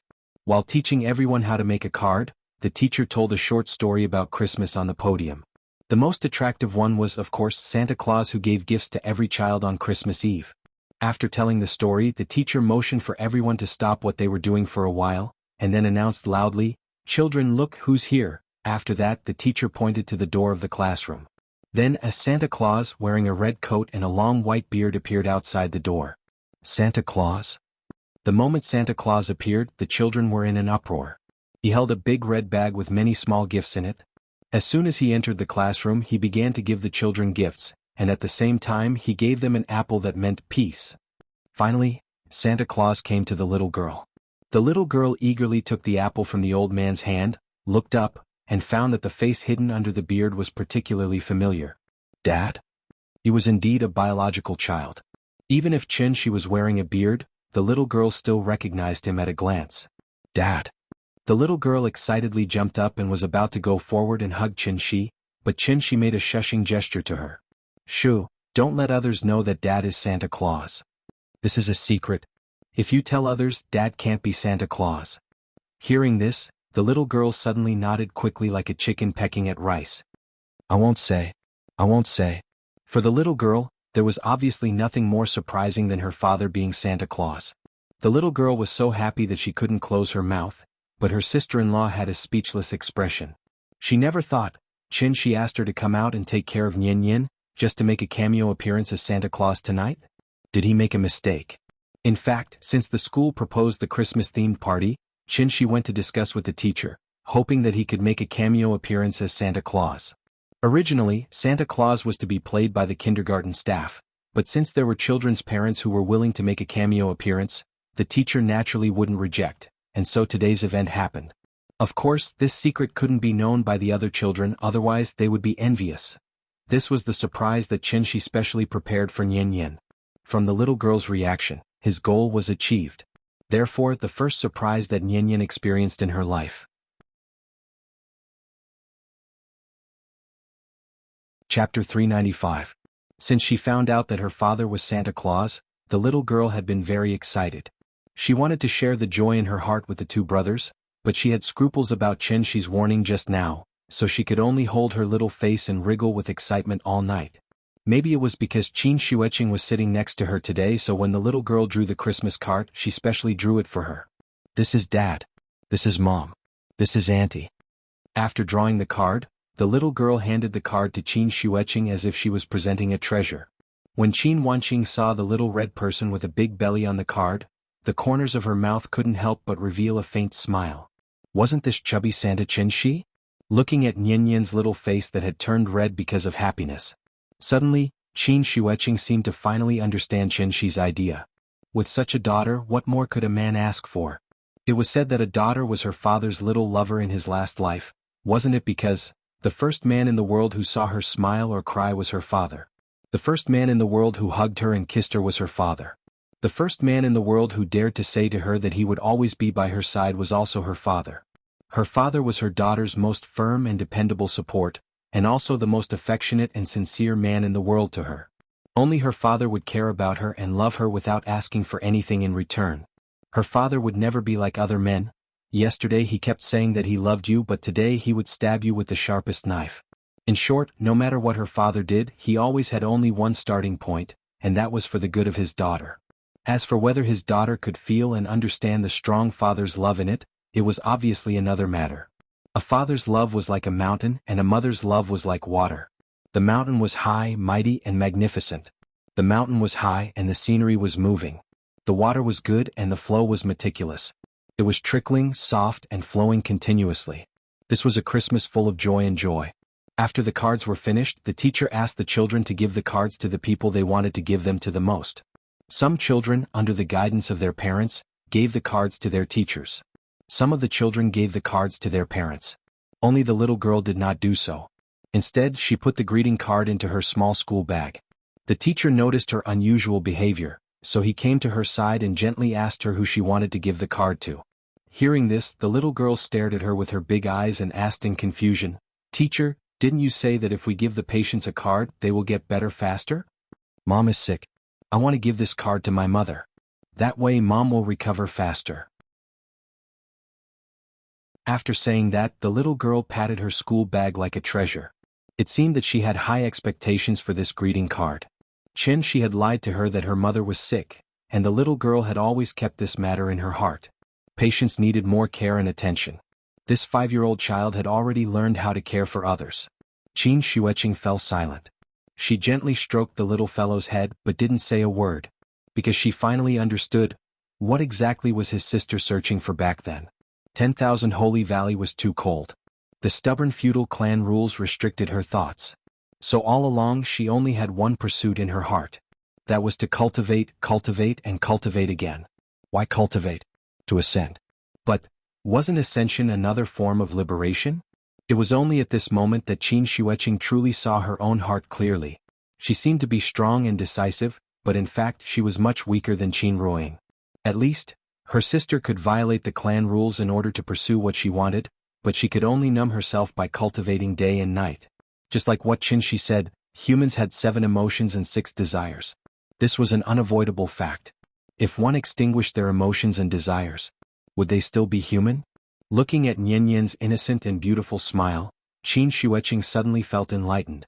She closed her eyes, and the vital energy in her body suddenly began to flow slowly. Under her influence, a faint breeze suddenly blew through the originally closed doors and windows of the classroom. The wind blew the paper on the picture album on the table, and also gently brushed the faces of all the children. No one noticed that something was wrong with her. This woman with exceptional talent and excellent aptitude. She actually had an epiphany just like that. At this moment, Qin Shi had also changed and returned to the classroom. He noticed that Qin Shueqing was acting strangely, so he immediately set up a restriction to ensure that her epiphany would not be disturbed by the outside world. "Dad, what's wrong with Auntie? Auntie is tired. Let her rest for a while. She'll be fine soon." "Then let's speak softly. Don't disturb Auntie. Good girl, you're sensible." His sister-in-law had an epiphany. After the Christmas party ended, she went home and shut herself in. The secular world tempered her heart, and she took it with equanimity. The world was full of disturbances, and her heart reflected the secular world. Qin Shi just casually gave some advice, but he didn't expect Qin Shueqing to understand it completely. Qin Shi didn't know whether to laugh or cry about this. After all, this question was obviously beyond the scope of the syllabus. Perhaps this was what they meant by, "Flowers planted with the intention do not bloom, but willows planted without the intention do." Ever since she found the Earth Soul, Qin Shueqing's cultivation level shot up like a rocket. Qin Ruoying had the best resources, but her cultivation progress was still like a tortoise's crawl. There was no obvious improvement at all. Everyone had their own fate. Fortunately, Qin Ruoying was not a narrow-minded person. Otherwise, she would be depressed to death if she saw this situation. December 31st. It was the last day of the year. Qin Shi waited outside the west wing door, like a father waiting for his child to be born. He paced back and forth in the courtyard, slightly anxious. Suddenly, a strong wave of spirit energy surged out from the west wing. Qin Shi immediately jumped into the room as if he had been electrocuted. As soon as he entered, he saw Qin Ruoying sitting cross-legged on the bed and looking at him with a yin smile. Qin Ruoying had finally fully digested the effects of the spirit pill and officially came out of seclusion. "Come, Ying, let me see if there are any side effects." As Qin Shi spoke, she moved closer to Qin Ruoying with a bashful face. In fact, Qin Ruoying had only broken through to the diviner stage. It wasn't a forced breakthrough, so how could there be any danger? Qin Shi was taking the opportunity to take advantage of her. Seeing this, Qin Ruoying didn't hesitate. Instead, she offered her red lips and gently pecked Qin Shi's face. "Not enough, not enough. You have to do it here too. In your dreams? Not kissing? Then I'll kiss you instead." Stop fooling around. Come on, just one he. They were obviously an old couple, but when the two of them were together they were still as sweet as before. After a round of lovemaking, Qin Ruoying gently leaned on Qin Shi's shoulder and then chatted with him casually. "How has Nian been doing during this time?" "Very good. She even made you a greeting card." "When is the school holiday?" "Around the middle of next month." "So soon? Why don't we take Nian out for a trip when she's on holiday?" "Where do you want to go?" "Anywhere is fine as long as you're with me." "Okay, you've worked hard during this time. I'll arrange it. When the time comes, let's go on a trip around the world as a family. How about that?" The word cultivation was never the topic of conversation between husband and wife. They preferred to live in the moment and enjoy the sweet time with their family. And this should be the so-called happiness, right? Therefore, the only thing Qin Shi wanted now was to let this happiness continue to last. No one could ruin his happy life. Chapter 396. January 3rd. After the New Year's holiday, Nian and the two brothers reluctantly returned to school. They had a great time during the holiday. The short time he spent with his son made Xia Kaiji experience a kind of happiness that he had never experienced before. Therefore he came to the tea house every day. No matter how Gu Lao gave him a hard time, he acted like nothing had happened and followed the three children around shamelessly. No matter what the children wanted, Xia Kaiji would immediately run to buy it for them. Looking at his eagerness, people who didn't know would think that he had a mistress outside. As a father, Qin Shi could naturally understand Xia Kaiji's feelings, so he didn't deliberately reject him. Instead, he gave him the responsibility of taking care of the children. In this regard, Xia Kaiji certainly couldn't ask for more. Therefore he took the three children to stroll around Hohai every day. There were many people during the holiday. For safety reasons, Qin Shi even let the big cat follow them all the way to prevent the three children from getting lost. With a young and strong nanny like Xia Kaiji, Qin Shi immediately became free. He could finally free up some time to spend a few days with Qin Ruoying in their sweet two-person world. Falling in love, getting married, having children. Each stage would give people different insights. After changing from a two-person world to a three-person world, life would become trivial and repetitive, and there would no longer be the romance when two people were together. Even if 500 years had passed, Qin Shi was still a romantic person. So every morning, as soon as Xia Kaiji took the three children out of the tea house, Qin Shi took Qin Ruoying to start their honeymoon trip. Just as the lyrics say, "I want to take you to romantic Turkey, then go to Tokyo and Paris. Actually, I really like Miami and Los Angeles with black people." Other people traveled by walking, but Qin Shi traveled by flying. In a short span of 3 days, he had brought Qin Ruoying around the earth once. From Asia to Europe, from North America to South America. They rode in Venice and saw the sea in the Aegean Sea. They went to Iceland to enjoy the polar scenery, and then went to Africa to experience the tropical scenery. America's Grand Canyon, Egypt's pyramids, Turkey's Cotton Island, Maldives' Sea of Stars. Everyone had their own experience with traveling. And Qin Shi's experience was, "The world is so big, I only want you by my side." When Yin came home every night, she would happily tell her mother where she had been, but she didn't know. When she was still squeezing around in Shangjing City, her father had already brought her mother to play all over the world. It was a happy holiday, a sweet time that only belonged to mom and dad. The little guy was still young, so he naturally didn't understand the world of adults. Perhaps out of compensation, Qin decisively decided. When Yin turned 16 he would take her to travel around the world. She was a girl after all, so she naturally had to be pampered. The higher one's horizons were, the harder it was for them to be fooled. In this regard, Qin even had a malicious fantasy. When Yin grew up, if a boy chased her and said that he wanted to take her on a trip, Yin would respond with disdain, "Where are we going? The moon? If it's not the moon, then stop, my dad has already taken me to play all over the world." Thinking of this, Qin's mouth couldn't help but reveal a smug smirk. He really wanted to know, under his wise guidance, who could easily trick Yin away from him. "How dare you lie to Yin? I'll break your leg for you." The holiday was over, and the days immediately returned to the usual peace. Qin seemed to be idling around all day with nothing to do, but she was secretly playing a big game of chess. The reason why he suddenly took Qin on a trip around the world was, on one hand, to enjoy the two of them, and on the other hand it was completely because of Wuxia. As the saying goes, if you don't kill the snake, it will eventually be harmful. After Wuxia escaped with serious injuries, Qin did think of looking for him. But in this vast sea of people, where should he go to find him? Wuxia was like an injured poisonous snake, hiding in a dark corner of the earth, waiting for an opportunity to strike. The earth was very big. But for cultivators of their level, the earth was still too small. This feeling was like having a poisonous snake at home, but Qin couldn't find it no matter how hard he tried. Qin wasn't afraid of poisonous snakes. But Yin and Ying were afraid. With Wuxia's cultivation level, other than Qin, who else could deal with him? It was imperative to get rid of the source of the problem. Therefore, Qin set up restrictions in most areas of the world. These restrictions were equivalent to radars, each covering a range and sensing the fluctuation of spirit energy in the area at all times. As long as Wuxia attacked within the range of the restrictions, Qin would be able to detect his location immediately. Of course, if Wuxia didn't attack, Qin wouldn't be able to do anything to him. Anyway, let's take it slow, let's see who has more patience. Needless to say, Qin's idea was very good. But he didn't expect this at all. Life always brings unexpected surprises to people. The weather was sunny today, the highest temperature was 6 degrees Celsius. Qin moved a chair to sit in the courtyard, basking in the sun while teaching Qin his experience of condensing the core. The so-called cultivation naturally couldn't be achieved overnight. Dual cultivation and whatnot, that was something that only evil cultivators would practice. Qin claimed to be a good youth, so naturally he wouldn't use this method to forcefully raise Qin's cultivation level. It didn't matter if her aptitude was poor, as long as she cultivated slowly, there would be a day when she would break through. Ying, hold your breath and try to gather your vital essence in your energy center. Actually, the process of condensing the core is like forging iron.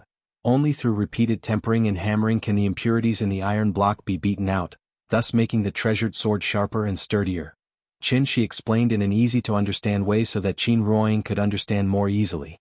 After listening to his explanation, Qin started to try to refine the primordial core in her body according to his method. The difference between the primordial core and the golden core was probably the difference between iron and steel. Only after going through a lot of tempering could iron become hard. After all, after repeated forging, it would become steel. After Qin entered a meditative state, Qin set up a restriction for her, then sat beside her and observed silently. The situation was not bad. The elixir provided Qin with enough raw materials, so the only thing she had to do now was to put all these raw materials into a furnace, then burn them repeatedly until the golden core came out. This was a very long process.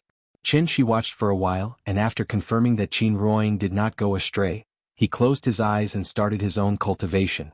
However, not long after Qin closed his eyes, Qin suddenly stopped.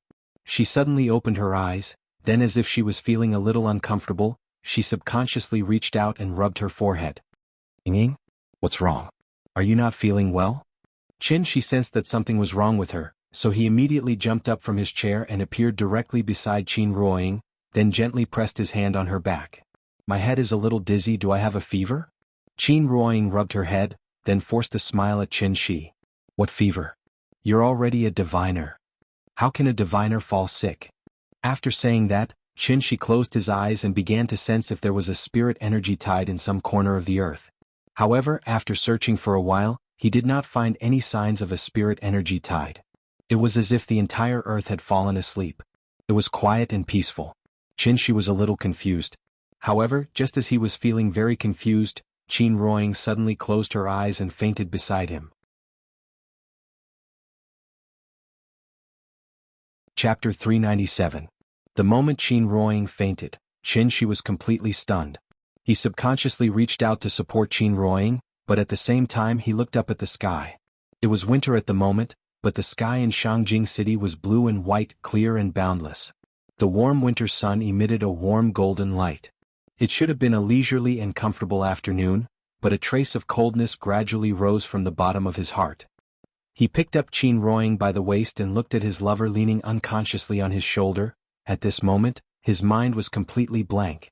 Why exactly? Where did the spirit energy tide appear? Why didn't he notice any abnormalities? Qin Shi gently placed Qin Ruoying on the bed. Then he sat cross-legged next to his lover. Without any hesitation, he directly took out the soul crystal, and then used the amplification effect of the soul crystal to greatly enhance the strength of his divine soul. At the same time, the restrictions that Qin Shi had set up all over the world seemed to have been stimulated by something. They suddenly expanded a lot, and the area they covered almost doubled. One after another, the perceptual restrictions were like a big net that covered the sky. The moment the big net opened, Qin Shi's consciousness also spread out. In his perception, the whole world was quiet, so calm that there was not a trace of ripple.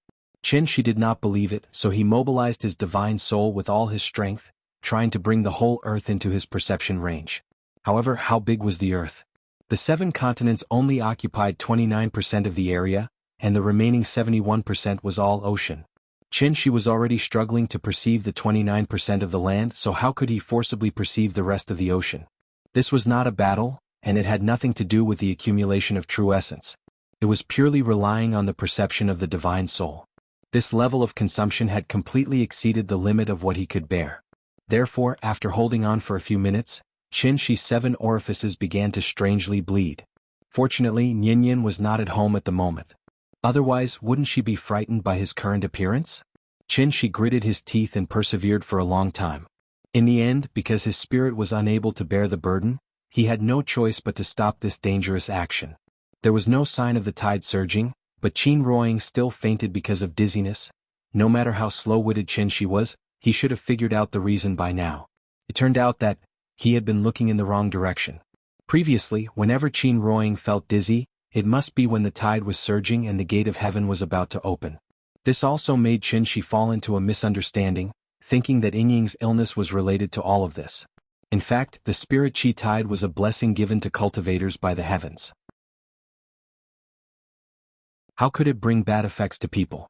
The crux of the problem was not because of the spirit energy tide, but because sky-bearing art, floating dawn mirror. Every time the tide surged, the people behind the heavenly gate would take out the heaven-bearing efficacious floating mirror. Although he was not clear about the true use of this treasure, there was no doubt that, once Qindu used the sky-bearing art, Xiannu, who was in the lower realm, would definitely be affected. Xiannu. The name sounded good, but in reality, they were just a bunch of pitiful cannon fodder. After thinking through this point, Qin Shi stopped all of his meaningless actions and quietly sat beside Qin Ruoying. He quietly looked at his lover's face, hoping that the first thing she saw when she woke up would be him. Unfortunately, Qin Ruoying did not wake up. It was as if she was asleep. Her breathing was slightly weak, but the frequency was orderly. Qin Shi waited silently. But this time, Qin Ruoying was unconscious for a much longer time than the last time. As the light in the room dimmed bit by bit, it meant that the sun was about to set.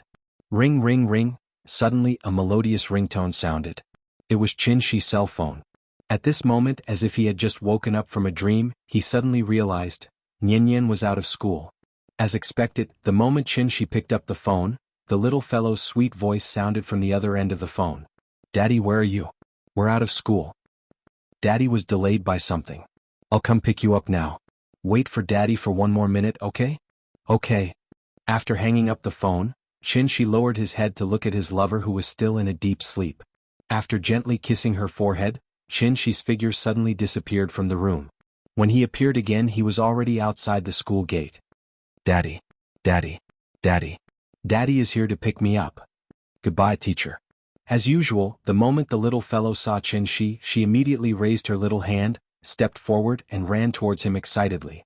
After Qin Shi picked up the little fellow from the ground, The two brothers who had been following the little fellow finally relaxed and waved goodbye to the little fellow reluctantly. The two of them were now picked up by Xia Kaiji's car every day. Naturally, they did not have to trouble Qinshi every day. Daddy.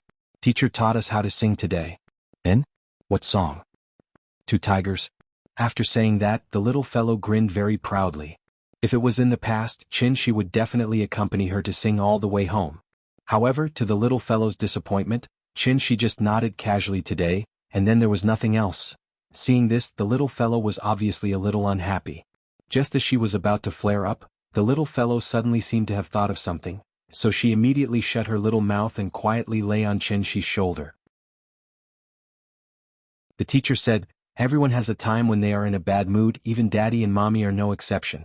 Daddy is in a bad mood today, so I won't disturb Daddy." Yin is very sensible. The father and daughter quickly returned home without saying anything. At this time, the little fellow finally knew why Daddy was in a bad mood. Mommy is sick again. Looking at Mommy lying on the bed, the little fellow followed Daddy's usual behavior and carefully covered Mommy with the quilt. After that, the little fellow stopped making a fuss. After eating her dinner obediently, she started to watch cartoons in silence. While watching cartoons, the little fellow would still look back at Daddy and Mommy from time to time. Daddy had been silently staying by Mommy's bedside. Although the cartoon characters on the TV kept making noises, there was a strange silence in the room from beginning to end. Time passed by, and soon it was time for the little fellow to sleep. She was sleepy. However, she did not call Daddy. Instead, she ran to the bathroom, then brought a small stool and tiptoed to turn on the tap. The sudden sound of running water startled Qinshi. At this time, he finally realized that he had neglected Yin, so he quickly got up to help the little fellow wash up. After washing up, Qinshi carried her to the bed. The little girl laid down on the bed by herself, and then slipped into the warm blanket like a wisp of smoke. The little fellow covered half of her face with the quilt, only revealing a pair of bright big eyes. Then she used her big eyes to look at Mommy who was sleeping soundly beside her, then looked at Daddy who was beside her with a cloud of worry. At that moment, the little fellow seemed to have suddenly grown up. She actually hid in the quilt and comforted him in a muffled voice, "Daddy, don't be sad. Mommy will get better." The moment he heard this sentence, Qinshi's nose twitched, and an indescribable feeling surged in his heart. "Good girl, go to sleep. Daddy knows Mommy will get better. When Mommy gets better, Daddy will take you on a trip, okay?" After hearing Qinshi's words, the little fellow's face suddenly revealed a smile. Then she suddenly sat up from the bed, leaned over and kissed Qinshi's face heavily, then obediently lay back down. "Mwah. Good night, Daddy. I'm going to sleep."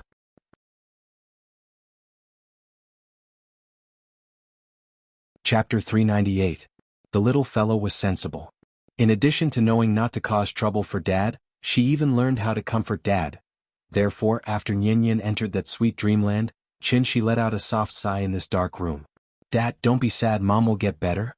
The little fellow had already fallen asleep, but her words kept echoing in Qinshi's ears. Qinshi silently savored this sentence. After a long time, he was like the prince who kissed Snow White in the fairy tale, kissing the little fellow and Qin Ruoying's face one by one, then got up and left the room. As soon as he opened the door, a cold wind mixed with snowflakes suddenly hit his face. It started to snow in Shangjing City again. Qinshi withdrew his vital essence, allowing the cold wind to wantonly enter his sleeves, and silently felt the chill brought by the cold wind. The whole sky was dark. There was only a little bit of weak moonlight, which seemed so cold. Qinshi set up a restriction in the room so that he could know the situation of Qin Ruoying at the first moment. Then he flew directly into the dark night sky. He flew very fast, and in the blink of an eye he had already flown out of Wuxia and arrived above the Pacific Ocean. And the destination of his trip? Obviously, it was the waterless cave located in the deep sea. Deep in the cave, Bai Hong and Qing Wan were still like suffering Jesus, hanging high above the cave by Qinshi. Qinshi didn't want to kill indiscriminately, so he kept them here. Because of the suppression of the spirit needles and spirit-piercing needles, the injuries of the two people did not get any treatment, but worsened a lot, so they looked very bad. Being in prison was actually a very terrifying thing, especially this kind of cage that was similar to a small dark room. Unable to see the sun, unable to communicate with people. In this cramped and oppressive space, the most frightening and tormenting thing was actually loneliness. Qing Wan's injuries were more serious, so she could only be awake for about 2 or 3 hours a day, and at other times she was in a self-protective coma. Qin Shi came at the right time today just when Qing Wan was awake. Bai Hong and Qing Wan were talking in a low voice. As soon as they heard the movement caused by Qin Shi flying out of the cold pool, a trace of fear flashed across their faces. Yes, Divine General Tiandu was also afraid. After a long period of confinement, they had developed a fear of Qin Shi. They were not afraid of death, but they were afraid of this endless loneliness. Come. Kill me. Kill me. The moment Qin Shi appeared, Qing Wan was like an enraged beast, crazily roaring at Qin Shi.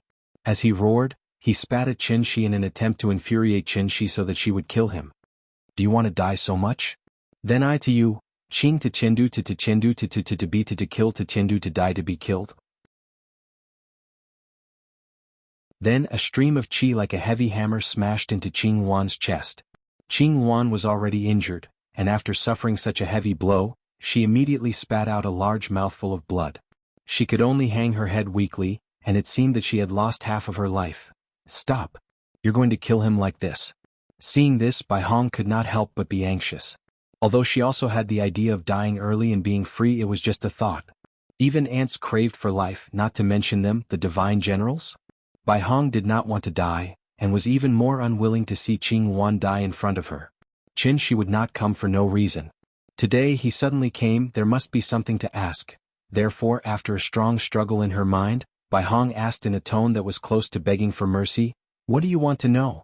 As long as it does not involve the core of Tiandu, I can tell you without reservation." Is that so? Hearing this, Qin Shi smiled with satisfaction. But that smile, it looked a little cold. I want to know everything about the sky-bearing technique and floating dawn mirror. Can you tell me?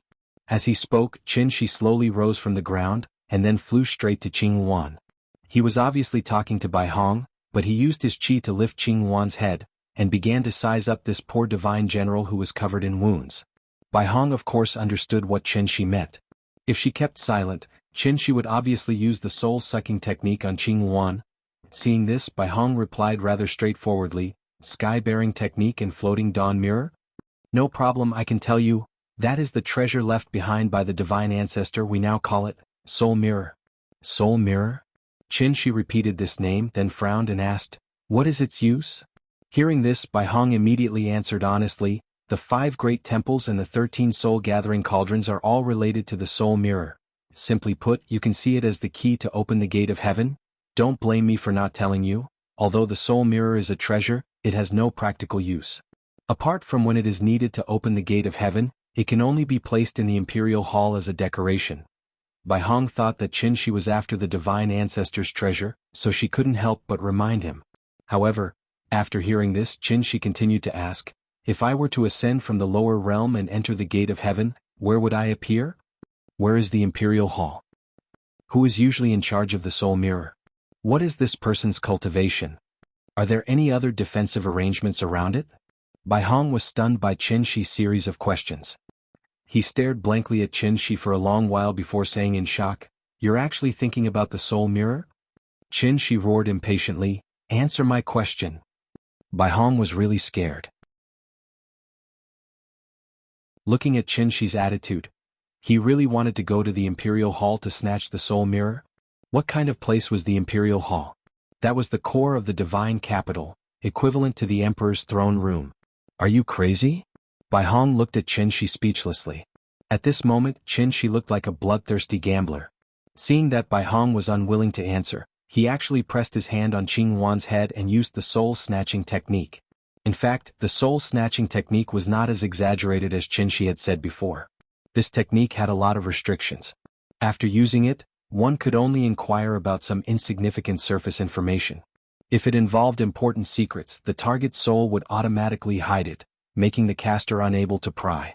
Since Qing Wan was a divine general of the divine capital, he obviously had a detailed understanding of the layout of the Imperial Hall. To Qing Wan, the Imperial Hall was no secret at all. Naturally, it would not be deliberately protected by his soul.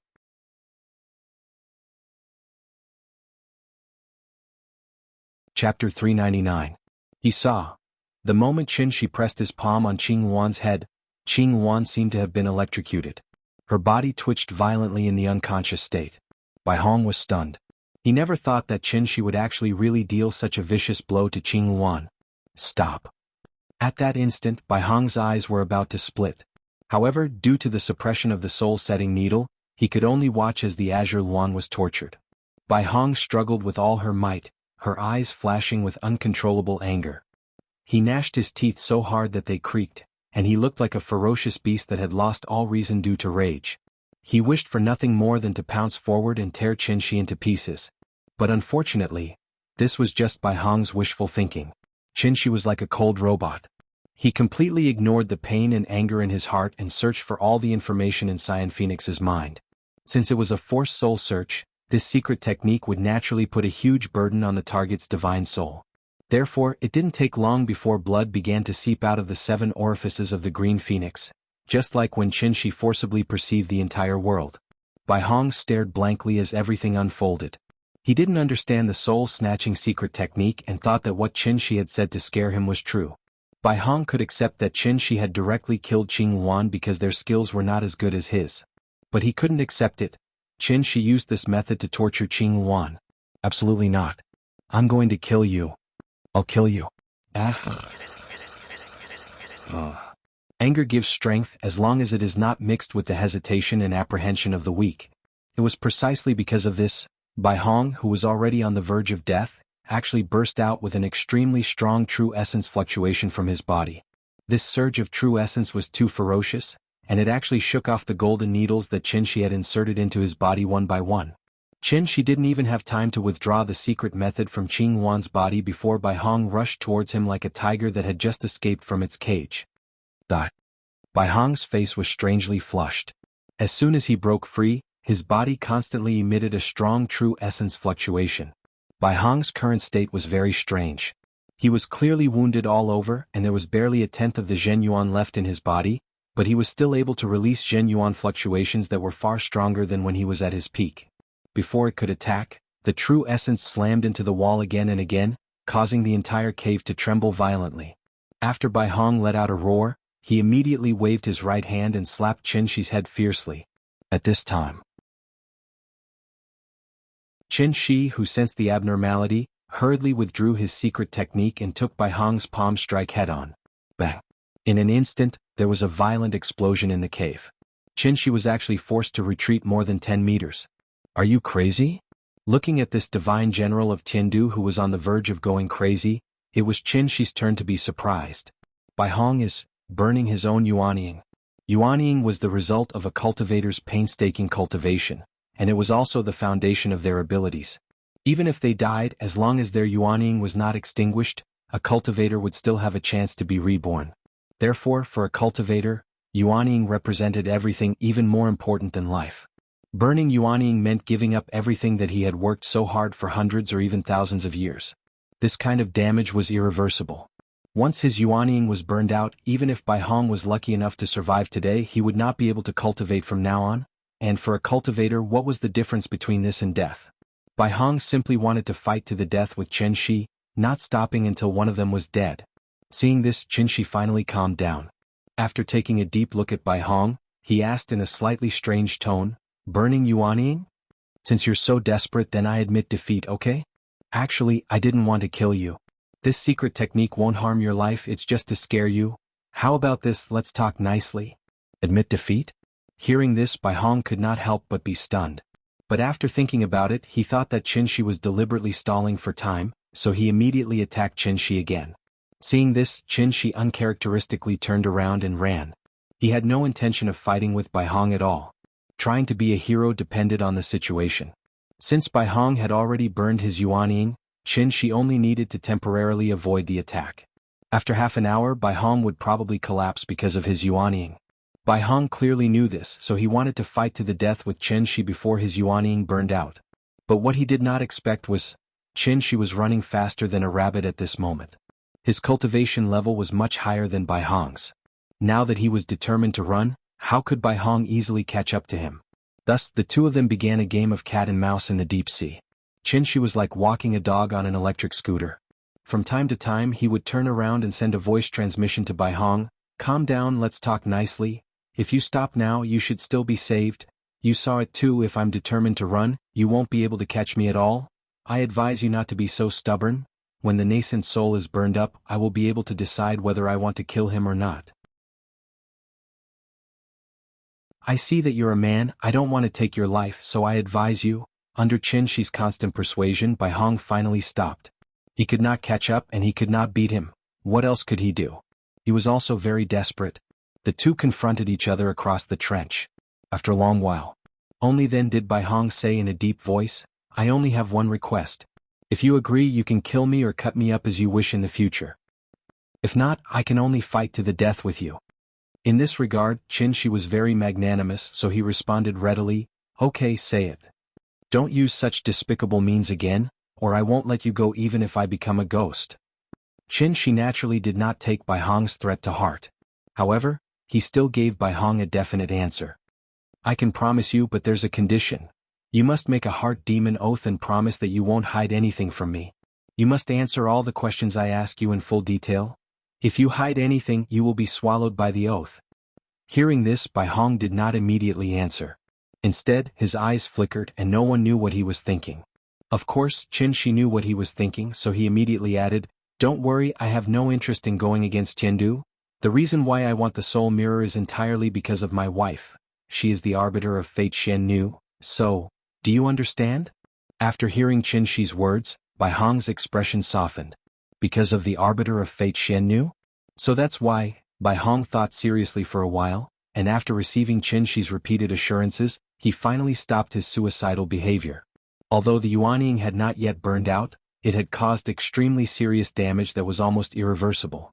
Therefore, the moment Bai Hong removed his inner yuan, he seemed to have aged many years, and his appearance changed from that of a young man in his 20s to that of a middle-aged man in his 40s. When Qin Shi saw his sickly appearance and that even flying was a problem, he kindly helped him stabilize his injuries and flew him back to the cave. On the way back, Bai Hong seemed to have finally figured something out, and he suddenly turned to Qin Shi and said, You have the strength of a celestial venerable. Qindu shouldn't make an enemy of you for no reason. Since everything you've done is for your wife, I can tell you where the soul mirror is. I only hope that you can keep your promise. Hearing this, Qin Shi was overjoyed and he hurriedly asked, No problem, as long as you can cure my wife, everything is negotiable. If nothing unexpected happens, the soul mirror should still be in my junior brother's hands. Your junior brother? Where is he? Did he come down with you? When we came, junior brother was still cultivating with master. Now that we haven't returned to Tiandu yet, I'm sure master will personally come down to check. When that time comes, junior brother might come with him. Alright, what's your junior brother's name? I'll make a note of it so that I can find him in the future. He's called Wuxia. What? Wuxia? The moment she heard this name, Qin Shi's entire body felt unwell.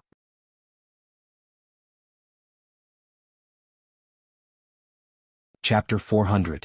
Even if Bai Hong burned his Yuanying, he was still no match for Qin Shi. Qin Shi avoided him because he did not want to waste his energy. After all, if he could solve the problem peacefully, why would he need to resort to violence? The result was, of course, a happy ending.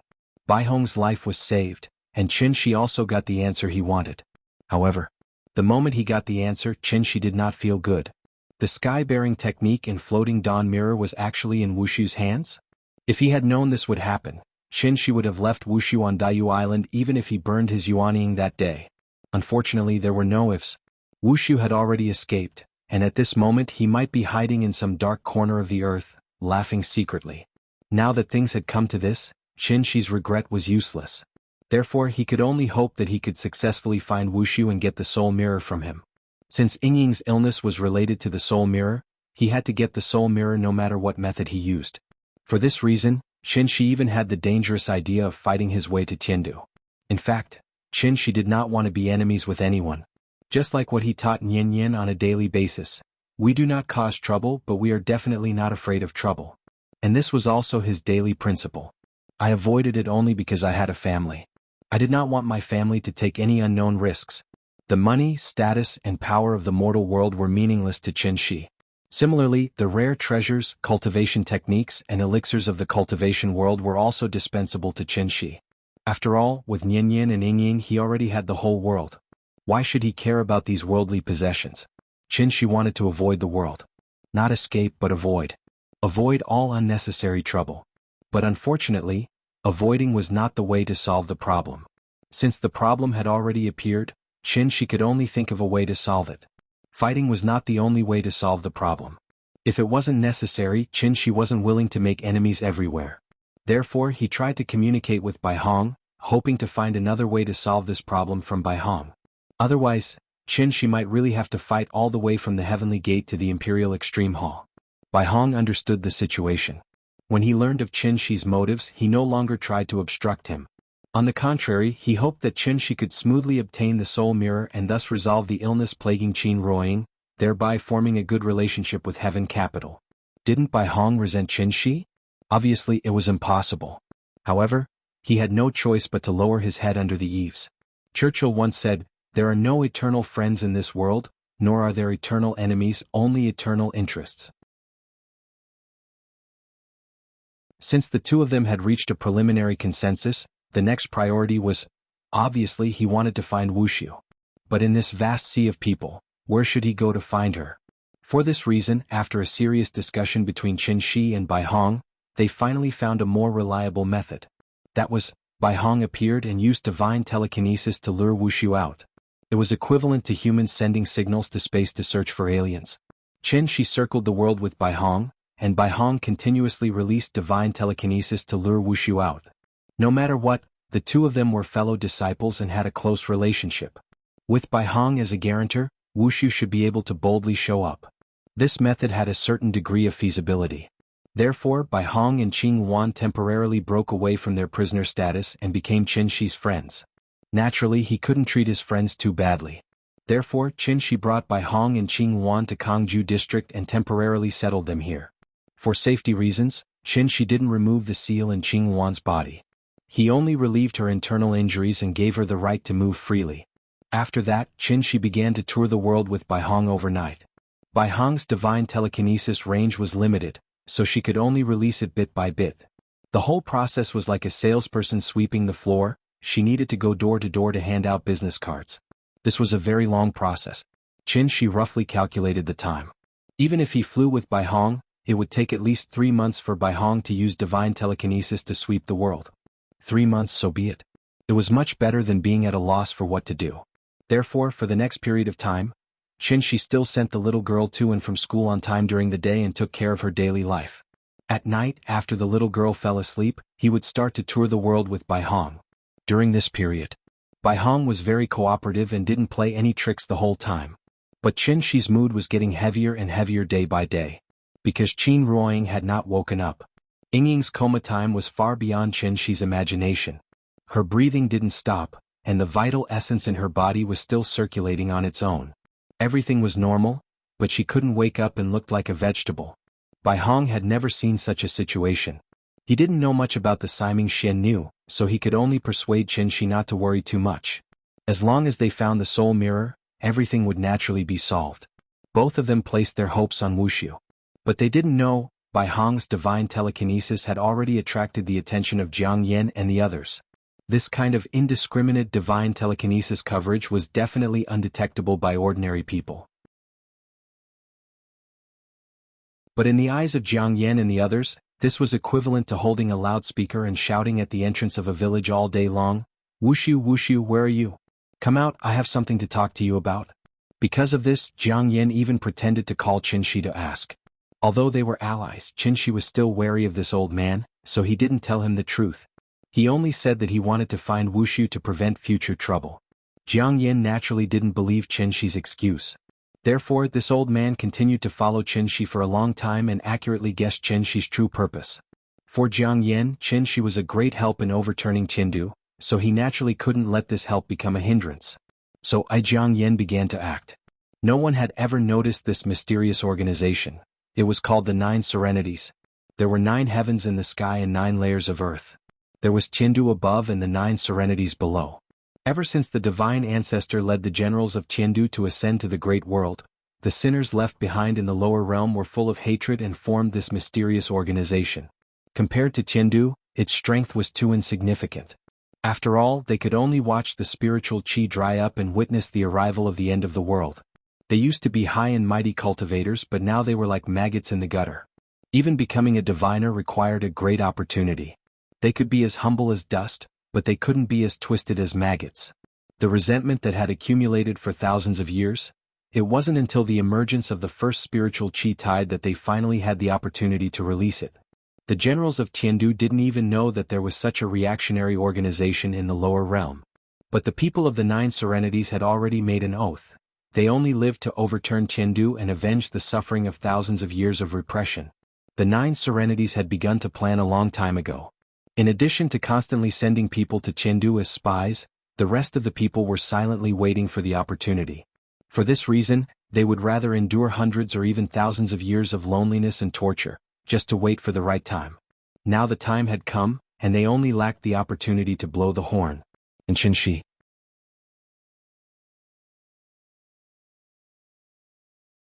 Chapter 401. This was an era where there were no secrets. But the existence of the Nine Serenities had never been known to outsiders. After tens of thousands of years of dormancy and management, the power of the Nine Serenities had far exceeded everyone's imagination. They were like an invisible net, firmly grasping the entire earth in the palm of their hand. Whether it was the Wuxia or other countries, from the nobles to the lowly peddlers, no one could escape the control of the Nine Serenities. It was a very simple principle. Even the Rothschild family could exist for hundreds of years, let alone a super-large organization composed of immortal cultivators like the Nine Serenities. Zhuangzi once said, "Summer insects cannot speak of ice and children cannot speak of the sea." For immortal cultivators, fame and fortune in the eyes of mortals were meaningless. The only purpose of their existence was to one day completely overturn Tiandu and establish a new dynasty of their own, the Nine Serenities. As the spiritual energy of heaven and earth declined day by day, the celestial being almost became a threshold for cultivation. But the inheritance of the Nine Serenities was passed down generation after generation. They hid behind the scenes, providing unimaginable help to mortals, and indirectly controlling one dynasty after another in the world. Whether it was the Wuxia Empire in the east or the Roman Empire, the Ottoman Empire, or the Macedonian Empire in the west, the Nine Serenities never interfered with the rise and fall of human dynasties, but they always put down their chess pieces when necessary. After all, compared to the high and mighty Tiandu, the Nine Serenities were too weak. They had to make use of all the resources available to them in order to fight a battle with Tiandu with a great disparity in strength. The winner could have everything. Just like when the Taiqing divine ancestor led everyone to the great world and enjoyed the entire great world alone. The sinners who stayed in the lower realm could only suffer the depletion of spiritual energy and watch their inheritance deteriorate with each generation. That feeling, just like how human civilization degenerated from the universal era to the primitive era, how could the primitive people who stayed on Earth not hold a great grudge against Tiandu? The Nine Serenities was a super-large tribe formed by these primitive people. Although the divine ancestor had kindly left the divine gate and gave the descendants of the sinners a chance to ascend. However, the old man seemed to have not thought of a problem at all, and that was, if the descendants of these sinners were able to cultivate to the celestial realm in such simple conditions in the lower realm, then if they were born in the great world, how could their cultivation base stop at the celestial realm? Think about it from another perspective. I spent my entire life cultivating in the lower realm, and it took me 200 years to finally break through to the Deva realm. But when he came to Tiandu, he found that a young man in his 20s or 30s could easily become a celestial. How would the sinners of the lower bound, who had cultivated their entire lives, feel? That was how resentment was born. They could be as humble as dust, but they could not be as twisted as maggots. Such an unfair encounter had already distorted the mentality of the people of the Nine Serenities. Finally, the resentment that had accumulated in their hearts for tens of thousands of years was completely ignited with the appearance of the spirit energy tide. With the recovery of spirit chi, the human world will prosper. The Nine Serenities would never allow Tiandu to return to the lower realm, because the lower realm belonged to them. It was precisely because of this. At the same time that Qinshi led Baihong to search for Wuxia, the Nine Serenities led by Jianghu also began to move. They did not have a soul as powerful as Qinshi's, but they used a more effective method, which was face recognition. As long as there were cameras and internet coverage, there was no way to escape the detection of a supercomputer. Wuxia might not have thought that there would be so many people in the world looking for him. After this period of recuperation, his injuries had more or less healed. However, for safety reasons, Wuxia had never left the Arctic Circle.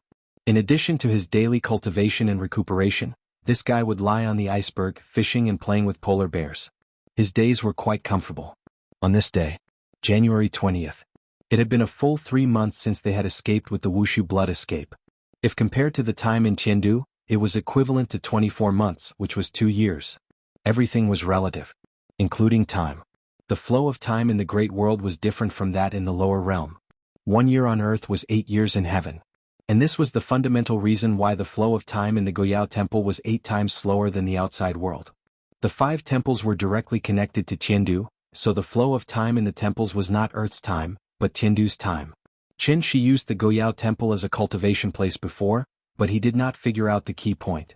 In addition, it was also because of the time difference between the 2 realms that divine generals of Tiandu were generally unwilling to come to the lower realm.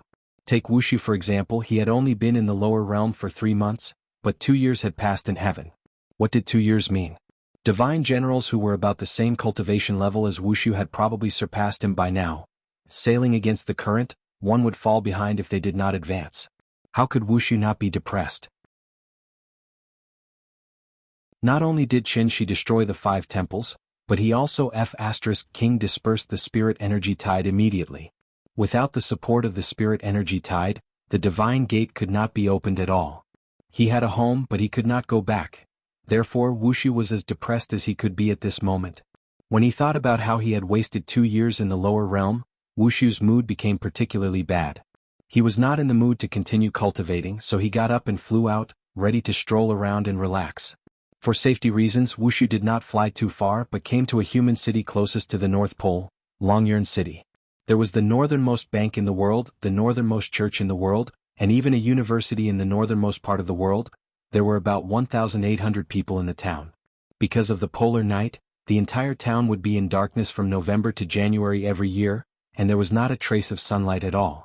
The sky here was dark green and the cold wind was bone-chilling, but the houses were colorful. Because the 3-month-long night made this small town the most romantic place in the world. Wuxia soon arrived at Longyuan City. As soon as he walked into the town, he was deeply fascinated by the colorful houses and the colorful neon lights in front of him. Therefore Wuxia walked directly into the bar with the most people almost without any hesitation. In terms of combat power, ordinary people were no different from ants in the eyes of immortal cultivators. But in terms of playfulness, 10,000 immortal cultivators might not be as good as one ordinary person. Maybe because he had been lonely for a long time, when Wuxia came to such a lively place, he could not help but be affected by the atmosphere in the bar. Therefore he did not even think about it and directly removed the breath concealment technique, then sat at the bar like an ordinary customer and drank leisurely. From beginning to end, he did not realize that the thing that kept flashing red on the bar was called.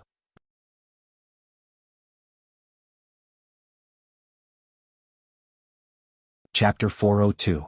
There was no day in Longyuan City, only 24 hours of night. This was a pure land located in the far north, the only city in the world where death was illegal. But today, this pure land was destined to be dyed red with blood. Under the long polar night, Longyuan City was filled with a romantic atmosphere. This was the best time for the town's bar business. The bar music was turned up to the maximum, almost deafening people's ears. Tourists from all over the world were affected by the atmosphere and started to dance crazily on the dance floor.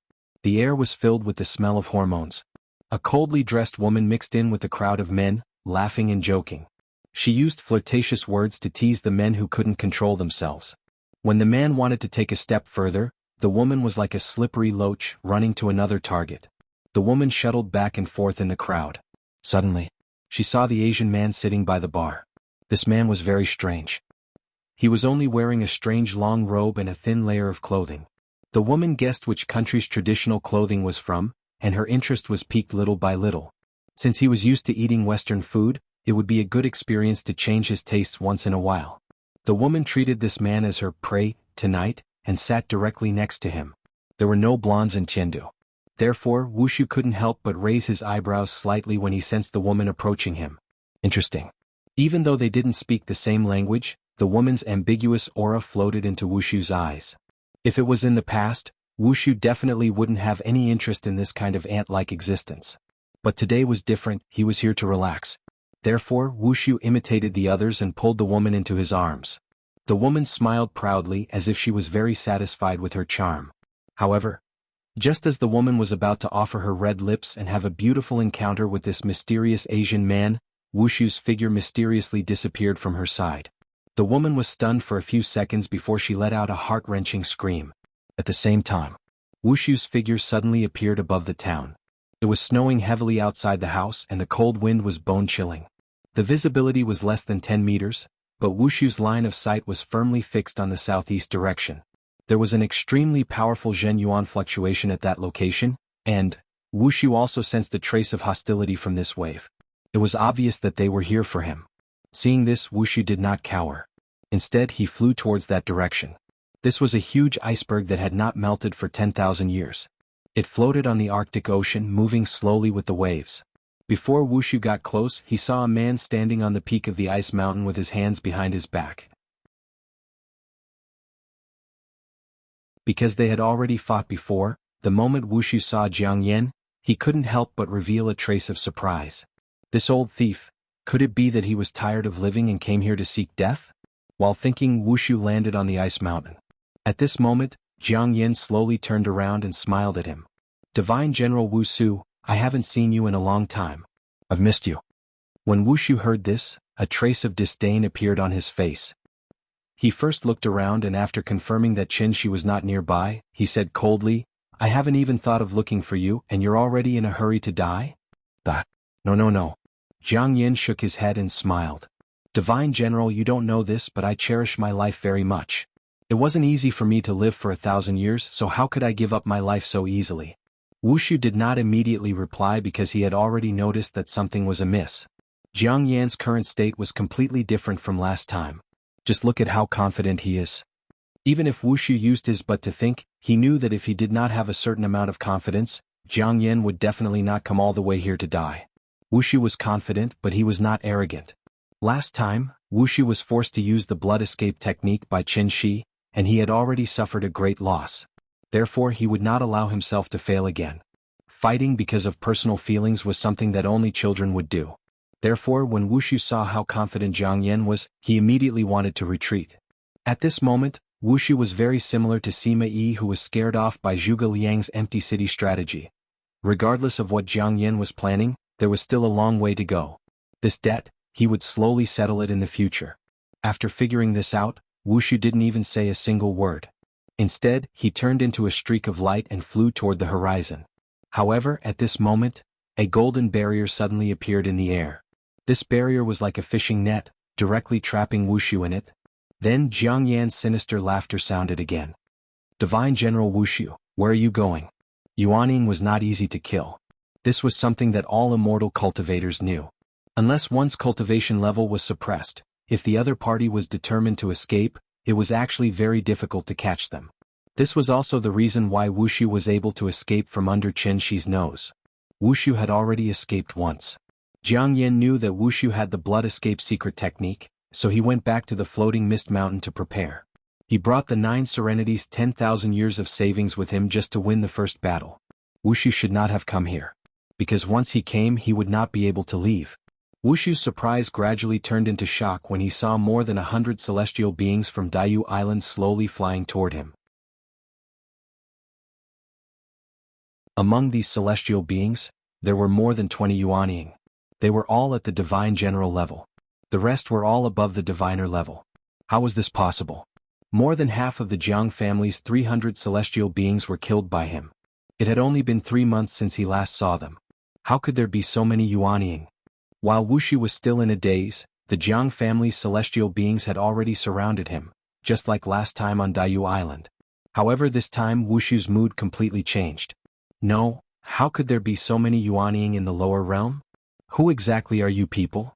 Perhaps because Wushu knew that he could not escape, after taking out the Wuji apricot yellow flag and the white bone soul summoning banner, he locked his gaze on Jiang Yan and tried to get an answer from Jiang Yan. But unfortunately, Jiang Yan seemed to know that villains usually died from talking too much.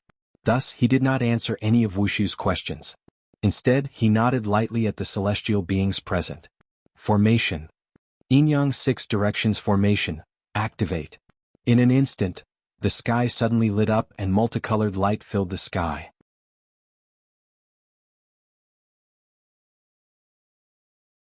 Chapter 403. In order to overthrow Chengdu, the 9 Serenities had been planning for tens of thousands of years.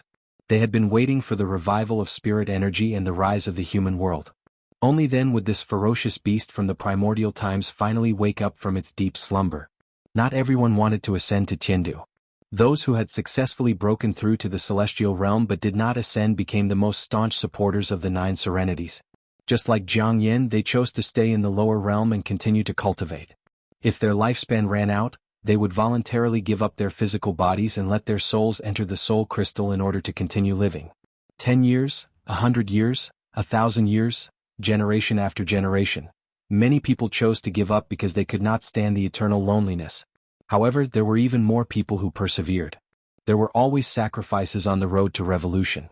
Countless people advanced dauntlessly, just to welcome the moment when they were truly needed. Tens of thousands of years passed and the world changed. Finally, the time had come. Jiang Yin was not the founder of the Nine Serenities, but he was a core member. If Jianghu was compared to the Qin dynasty, then Jiang Yin was Xiangyu who raised the banner of righteousness high. The 300 celestials of the Jiang clan, they were the disciples of Jiangdong under his command.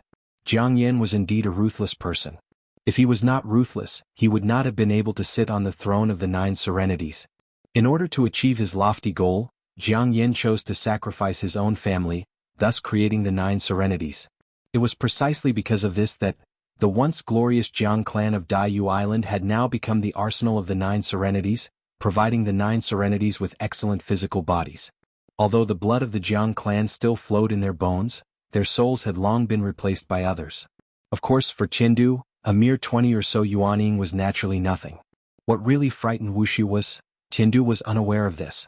For tens of thousands of years, people from the lower realm had constantly ascended to Jianghu. However, after these people ascended, what they saw was not the fairyland they had imagined. Instead, they saw all kinds of injustice. They were like black people who had been smuggled into Wuxia. No one would look them in the eye and no one would care what they were thinking. Those who are not of our race are bound to have different intentions. Ascenders were constantly discriminated against, ridiculed, and ostracized.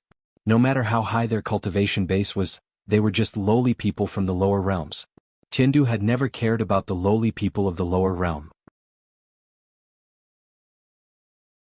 In order to show the spirit of universal love of the divine ancestor, Jianghu had always maintained contact with the 5 places of inheritance so that these sinners could ascend to Jianghu in the future. And this was also the fundamental reason why All Saints Valley was able to use the spirit gathering formation to forcibly summon divine generals from Heaven Capital when Qinshi flattened them. Absolutely no one would have thought the so-called 5 lands of heritage were actually branches of the 9 Serenities, but this secret was only known to a few people. Everything was under the control of the 9 Serenities, including Qinshi, the apple that accidentally fell on the chessboard. Since he was on the chessboard, he was a chess piece. It was just that this chess piece was much bigger than the others. From the moment Qinshi stepped into All Saints Valley, Jiang Yin had already known of Qinshi's existence. Although he was a variable, he was controllable. This was why Jiang Yin had displayed an almost abnormal enthusiasm for Qinshi when Qinshi first set foot on Daiyu Island. It was a pleasure to have a friend from afar. Jiang Yin was guiding Qinshi, trying to pull Qinshi to the opposite side of Jianghu.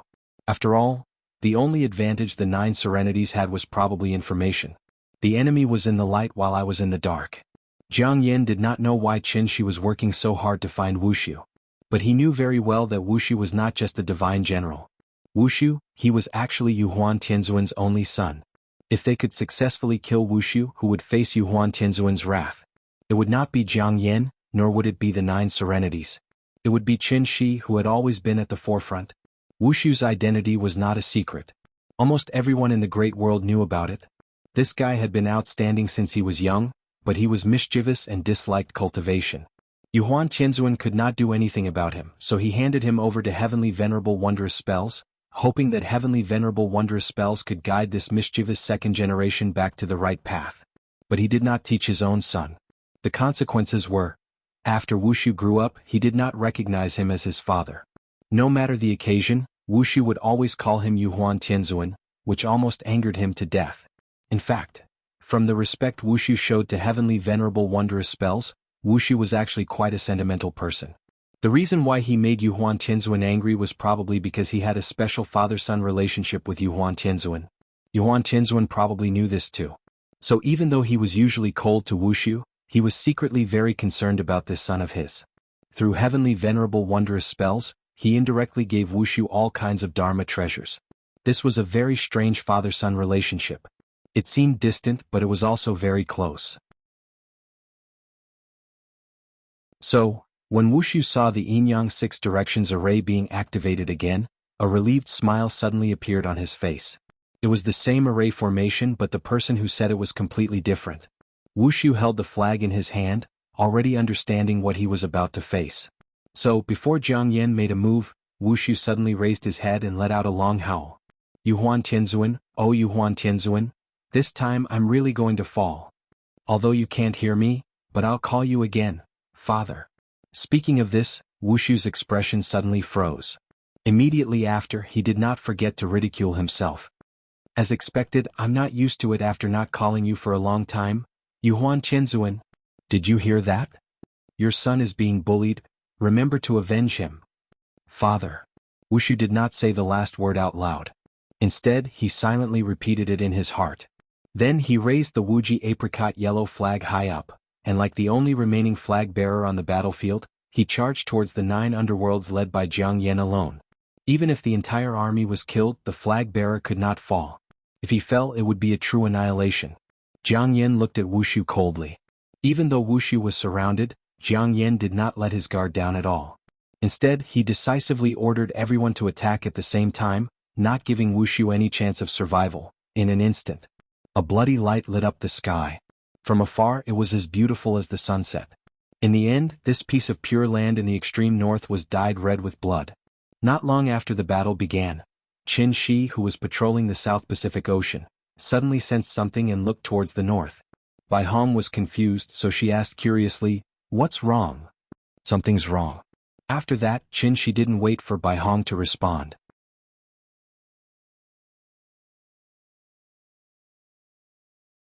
Chapter 404. 9 underworlds came out in full force and set up an inescapable net just to kill Wuxia. Wuxia was only a Yuanyin cultivator. Even with all his treasures, there was no way he could defend against 20 Yuanyin cultivators and countless golden core cultivators. Although Wuxia knew that he had no chance of winning, he did not lose his fighting spirit. Instead, he exploded with a fighting spirit that was far stronger than before. This was the most serious battle he had ever fought in his life. Even a trapped beast would put up a fight, let alone a human. He was a divine general of Tiandu and the only son of Yuhuan Tianzuan. He represented Tiandu, so even though he knew that he would die, he had to die with dignity. Therefore Wuxia decided to burn his Yuanying. He did not want to run anymore. The scenery at the North Pole was not bad. It would be one of the happiest things in his life to be able to sleep here. After Wuxia let out a long roar, his body began to burn like firewood. At that moment, blood dyed the sky red. The sound of spells exploding could be heard continuously. It was as if the spell was playing a requiem for this arrogant and slightly neurotic man. The burning of Yuanying would not last for long. Therefore the battle quickly came to an end. This was a battle that seemed short, but was actually extremely tragic. Wuxia thought that killing one was enough and killing two was worth it. When he was about to die, he actually used a secret technique to detonate the yellow flag and white bone soul summoning flag in his hands. The 2 9th-grade spirit treasures exploded at the same time, destroying the souls of the 3 Yuanying stage cultivators closest to him on the spot. At the same time, the yin and yang 6 directions formation was successfully shattered, causing the spiritual energy to dissipate, which successfully attracted Qin Shi's attention. As for Wuxia himself, of course he was also turned into a wisp of smoke in the explosion. From now on, there would be no more divine general named Wuxia in this world. Reporting to you Zun, Wuxia's Sumeru mustard seed bag has been found. The formation imprint has been destroyed according to your orders. Please give us the order. Very good, let's retreat. It's time for our old friend to take the stage. The 9 Serenities had lost 3 Yuanying in this battle, but Jiang Yan did not seem to feel the slightest bit of heartache. Instead, he calmly ordered his men to clean up the battlefield as quickly as possible. He knew that Qin Shi would come, so he had to hide everything before Qin Shi arrived. Otherwise, where would he find such a good scapegoat? After receiving Jiang Yan's order, the generals of the 9 Serenities did not even bother to clean up the battlefield. They quietly retreated like a receding tide, leaving behind only the messy aftermath of the battle. Qin Shi rushed to the Arctic Circle as fast as he could. His intuition told him that this true essence fluctuation was not simple. But unfortunately, Qin was like the police in the movies. He was always the last to arrive. By the time he arrived at the scene of the incident with Bai Hong, everything had disappeared. All that was left was a shattered ice field that seemed to have experienced a carpet bombing. Some broken spell imprints were vaguely left in the air. Qin silently sensed them. He felt that these spells were familiar, but he could not tell where he had seen them before. It was very strange. It was a bit like the Jianghu family's true 6 trigram spell, but it was much more exquisite. It was far beyond the level of the Jianghu family. Qin knew the ins and outs of Daiyu Island very well, so he did not even think about Jiang Yan. Therefore he could not even figure out what had happened here. Who was fighting? What level of battle was it? Judging from the true essence fluctuation that he had sensed earlier, the level of this battle was far beyond Qin's imagination. The battle of the Yuanying? When did Earth become so terrifying? Qin silently sensed the spell imprints in the air, trying to find some clues from them. Bai Hong, on the other hand, began a carpet search in the snow. Finally, under a pile of soft snow, Bai Hong successfully found a tattered piece of cloth about the size of a fingernail. This rag was yellow with golden threads embroidered on it. It was obviously not an ordinary item. Bai Hong picked up the tattered piece of cloth and carefully rubbed it in her hand. Immediately after, he seemed to have suddenly thought of something, and even his pupils couldn't help but dilate a lot. This is the Wuxia apricot yellow flag? Bai Hong did not dare to believe his guess. He tried to sense some spiritual energy from it, but this rag was no different from an ordinary tablecloth. Other than the brighter color, there was nothing special about it. Under normal circumstances, magic treasures could be recycled and reused. For example, Qin had recycled Qing Wan's spear. But if this magic treasure was a natal magic treasure, and its owner used a secret technique to detonate it, this magic treasure would be completely destroyed. Even if it was picked up, it would take up too much space. In an instant, Bai Hong's mind went blank. After staring blankly for a long while, he began to search in the snow as if he had gone mad. Qin noticed his abnormal behavior, so he stopped what he was doing and used his divine sense to help Bai Hong search. This search was incredible. After Qin picked up a palm-sized rag from the snow, Bai Hong was stunned. It's Wuxia, it's really him. Hearing this, even Qin couldn't help but be stunned. Wuxia. This guy was covered with high-level magic treasures to defend himself, and he had the blood escape technique to save his life. Even he was not 100% sure that he could kill Wuxia. Who on earth could do it? At the same time, the Great World, Tindu. Heavenly Venerable Yuhuan was currently standing in a pavilion filled with candlelight. Next to each candle was a small wooden tablet with different names written on it. It looked like a memorial tablet in the ancestral hall. Yuhuan Qinzuan picked up one of the wooden tablets with trembling hands.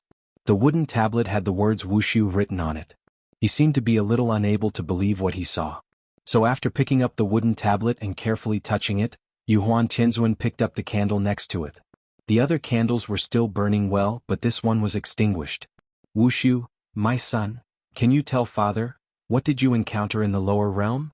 This was the heart fire lamp. Every day when a newborn was born, the heart fire would be used as a lamp. The heart fire lamp could not be extinguished. Once it was extinguished, it meant that the owner of the lamp was dead. And this was the so-called, when the person died, the lamp went out. Although Yuhuan Tianzuan was the supreme of Tiandu, after seeing Wuxia's heart fire lamp go out, he couldn't help but shed 2 lines of hot tears. But a celestial lord was a celestial lord after all. Even if the grief in his heart was extreme, he had to wait until this grief subsided before he stepped out of the attic again. Pass down my orders. Order the 5 divine generals to return immediately and take the heaven-bearing efficacious floating mirror. Build the soul bridge, open the gate of heaven.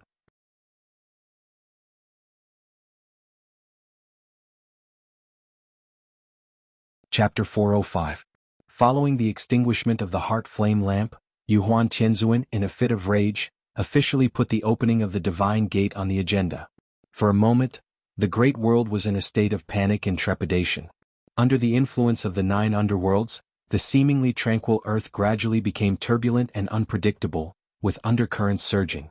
Qin had always wanted to stay out of this, but he did not know that he had already become a chess piece in Jiang Yan's hands. He and Bai Hong searched the Arctic tundra for a long time before they finally had to believe Wuxia was most likely dead. Otherwise, how could they explain the destruction of the Wuxia apricot yellow flag? If it wasn't a last resort, no one would detonate their life source magic weapon. This was a ninth-grade spiritual treasure. Once combined with the other 4 flags, it could form a treasure comparable to the Tianyan sword. Therefore Qinshi really could not understand, who on earth could have forced Wuxia to such a state. If even Qinshi could not figure it out, Bai Hong naturally could not figure it out either. Changli's death at Qinshi's hands was pardonable. After all, the 3 of them together were no match for Qinshi, not to mention Changli alone.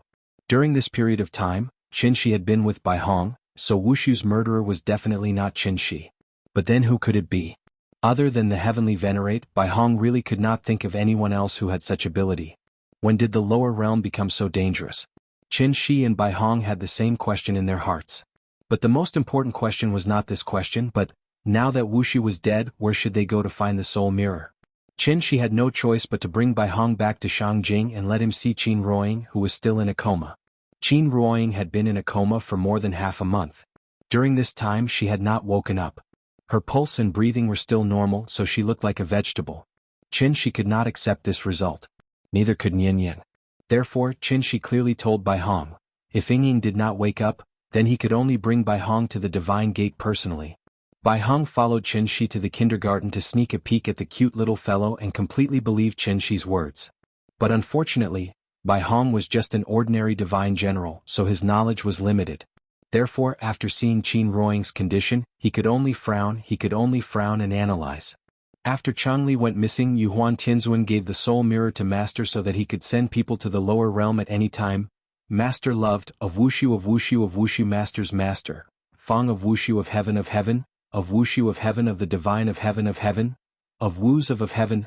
Speaking of this, Bai Hong suddenly stopped and then put on a thoughtful expression. At this point, Bai Hong already knew that Qinshi had fought with Wuxia and forced him to use the blood escape technique. Therefore, after thinking for a while, he continued, I didn't know that Wuxia had already descended. Since you forced Wuxia to use the blood escape technique, he must have been severely injured. Wuxia couldn't force open the divine gate on his own, so he stayed in the lower realm to recuperate. And you just said that your wife has been unconscious for half a month. If that's the case, the soul mirror can't be in Wuxia's hands. He must have left the soul mirror in divine capital before he descended. Hearing this, Qinshi was stunned. Wasn't this King nonsense? After going in such a big circle, he still had to enter the divine gate to solve the problem? Qinshi's patience had run out. So without saying a word, he pulled Bai Hong and flew directly to the sky above Shangjing City. Opening the divine gate required a spirit energy tide, right? There was no spirit energy tide now, right? At most, he could artificially create a spirit energy tide. Qinshi had already thought it through. He was not going to divine capital to fight, but to reason with them. As long as he could solve Ying's illness, he didn't even mind becoming friends with divine capital. A soul formation stage cultivator had taken the initiative to express his goodwill. Presumably, any faction with a brain wouldn't refuse. Bai Hong was shocked by Qinshi's courage. He was imprisoned by Qinshi for more than half a year, and he dreamed of returning to divine capital. Seeing that Qinshi took the initiative to take him back, Bai Hong was naturally happy, so he wanted Qinshi to bring Qing Wan and Shui Xiang along. As long as the 3 of them could return to divine capital safely, Bai Hong promised to let bygones be bygones. He was also willing to recommend Qinshi so that Qinshi could smoothly obtain the soul mirror. After all, Qinshi just wanted to borrow the soul mirror, not occupy it permanently, so the heavenly venerables wouldn't be so stingy. The 2 reached a consensus.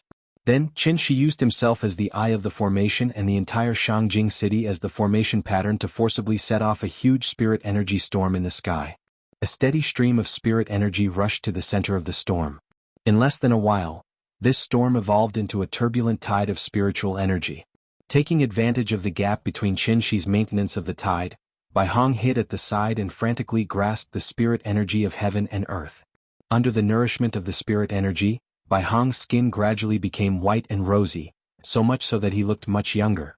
Qinshi used his own vital essence to gather the tide. This action was like reaching into a water tank and stirring it, forming a waterspout in the water. The whole process didn't require too much effort, so Qinshi could persist for a long time. But he didn't know the reason. Qinshi maintained it from noon to afternoon. The tide was getting bigger and bigger, but the divine gate still didn't open. Now that Yin was about to finish school, Qinshi hesitated again and again, and finally had to temporarily withdraw his vital essence. Then he turned to look at Bai Hong and asked, "What's the situation? Why hasn't the divine gate opened?" Hearing this, Bai Hong also looked around in confusion. It didn't make sense. Wuxiu's life and death were unknown. Didn't Yuhuan Tianzuan send someone down to check the situation? There were two conditions to open the divine gate. One was the appearance of a powerful spirit energy tide in the lower realm, and the other was the heavenly effecate floating mirror. Under normal circumstances, once a spirit energy tide appeared in the lower realm, Tiandu would use the heavenly effecate floating mirror to open the divine gate so that sinners in the lower realm could ascend. Of course, Tiandu would also occasionally send divine generals down to the lower realm to carry out various missions, such as Bai Hong and Wuxiu. Wuxiu's identity was extraordinary. How could Yuhuan Tianzuan, as his father, not be worried at all? "I don't know, maybe something happened up there? Why don't we try again tomorrow?" Qin Shi was speechless. After glaring fiercely at Bai Hong, he flew back to Shangjing City without a word. Seeing this, Bai Hong hurriedly chased after him and asked, "Hey, where are you going?" "To pick up my child from school." "Why didn't the divine gate open?" "That was because Tiandu was using the soul mirror as the core to prepare to build a soul bridge." Wuxiu's unexpected death made Yuhuan Tianzuan, who had been hesitating, finally make up his mind. Because of this, the heavenly venerables also reached a consensus. So when the soul bridge was completed,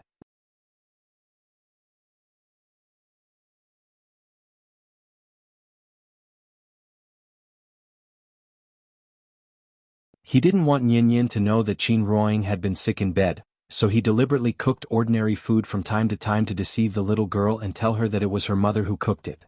At first, the little fellow was naturally convinced. But after a long time, the little fellow still felt a little strange. Since her mother could wake up to cook for her, why couldn't she wait until school was over before going to bed? The little guy blinked his big eyes and suddenly realized, "I haven't talked to my mother for a long time." Every time she came home, her mother was sleeping, so she could only watch TV silently. She didn't dare to run around the room because she was afraid of disturbing her mother. Ever since her mother fell ill, the house had become a lot more deserted. It was just that the little fellow was still young, so she didn't understand the true meaning of the word deserted. "Daddy, when will mommy get better?" "Soon. The doctor said that mommy doesn't have any major problems. She just needs to rest for a period of time to recover." Similar conversations kept repeating. The little fellow was distressed because of her mother's illness. How could Qin Shi not be distressed?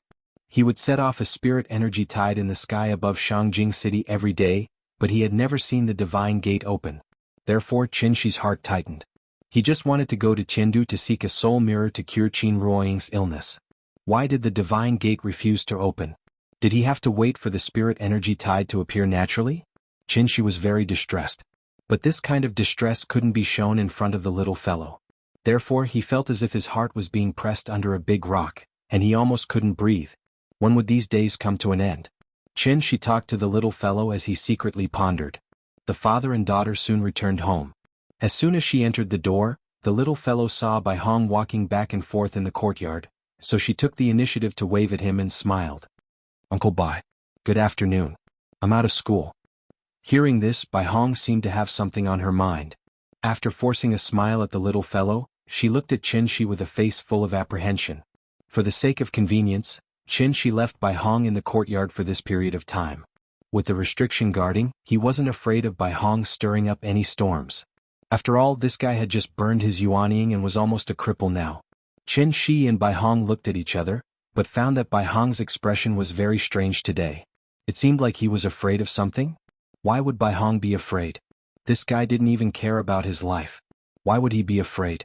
Thinking of this, Qin Shi asked with a puzzled face, "What's wrong with you?" However, after hearing Qin Shi's question, Bai Hong seemed to be agitated and couldn't help but tremble. Then he pointed to the west wing with a panicked face. "West wing?" Qin Shi was stunned.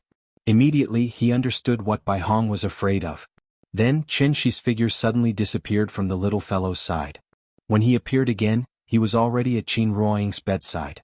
In the room, Qin Ruoying was still lying quietly on the bed.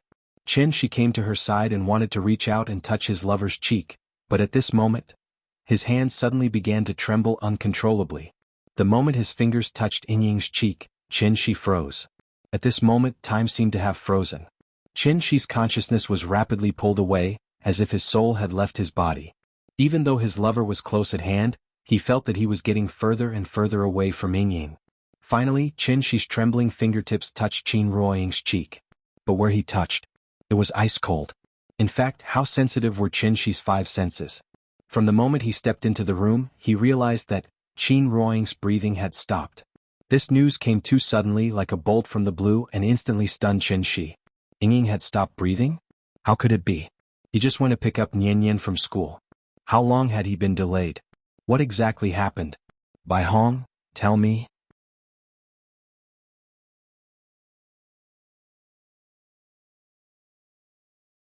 Chapter 407. What the hell was going on? Qin Shi's mind went blank, leaving only this question echoing in his heart. No pulse, no breathing, no heartbeat, even the blood had stopped flowing. In medical terms, death in the absolute sense meant that there was no heartbeat and the brain was dead. At this moment, Qin Ruoying completely fit this description. So in terms of scientific theory, she was already dead. And this was what Qin Shi couldn't figure out at all. It wasn't an exaggeration to say, even if the entire human race died, Qin Ruoying couldn't die.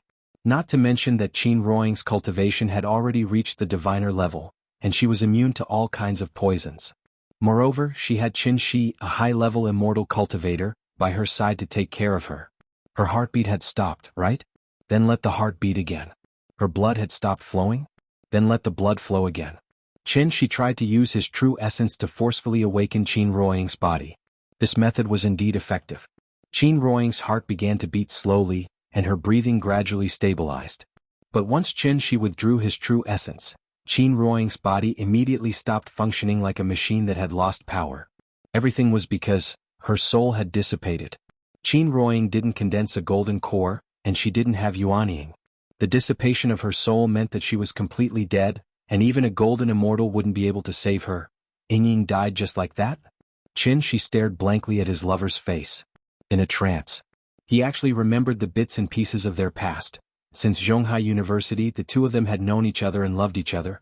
Although they didn't verbally promise to grow old together, they both hid that promise deep in their hearts. Please take care of me for the rest of my life. Except for Qin Shi's sudden disappearance for 5 years, the two of them hadn't experienced many storms in their relationship. Qin Shi returned from the heavenly Jade Realm after a long and arduous journey. What welcomed him was the precious baby that Ying had left behind for him, Chen Yan. My name is Chen Yan. You can call me Nian Yan. Chen Yan, Chen Yan. He was filled with longing. Later on, Qin Shi took Nian Yan to look for Qin Ruoying all over the world. When the two met again after 500 years, Ying directly gave him a slap in the face. At the same time, she also said her wish, may you leave for half your life and return as a young man. How could there be no twists and turns in life? However, from the moment the family of 3 reunited, all the hardships Qin Shi had experienced had turned into dust, swept into the garbage heap by him. Qin Shi had no attachment to the past because the future was right beside him. Undying love was not something that could be proven by martyrdom. A heart full of love was not something that could only be heard when it was always on the tip of the tongue. The highest level of love. Actually, it was just that old saying, holding your hand, growing old with you. That was all. If you win, I am willing to accompany you to rule the world. If you lose, I am willing to accompany you to make a comeback. When I rule the world, I will spread 10 miles of red dowry. I am willing to use 10 miles of red dowry as a gift, and I am willing to use the world as a betrothal gift. Are you willing to rule the world and spend the rest of your life with me? Qin Shi did not strive for the world, so Ying accompanied him in a small tea house by Ho-Hai. When she had nothing to do, she would flip through books, take care of the children, and watch the flowers bloom and wilt in front of the courtyard with her lover. She would gaze at the clouds in the sky. Was there anything more blissful in the world than this? Qin Shi could answer with absolute certainty, absolutely not. But now, his happy life had completely turned into bubbles. Thinking of this, Qin Shi could not help but suddenly wake up from his memories. Only then did he realize that his face was already covered in tears. He gently lowered his head and left a kiss on Qin Ruoying's lips. Only then did he hold his lover's hand and solemnly promise, Ying, wait for me. There was no need to say more with just these 4 words.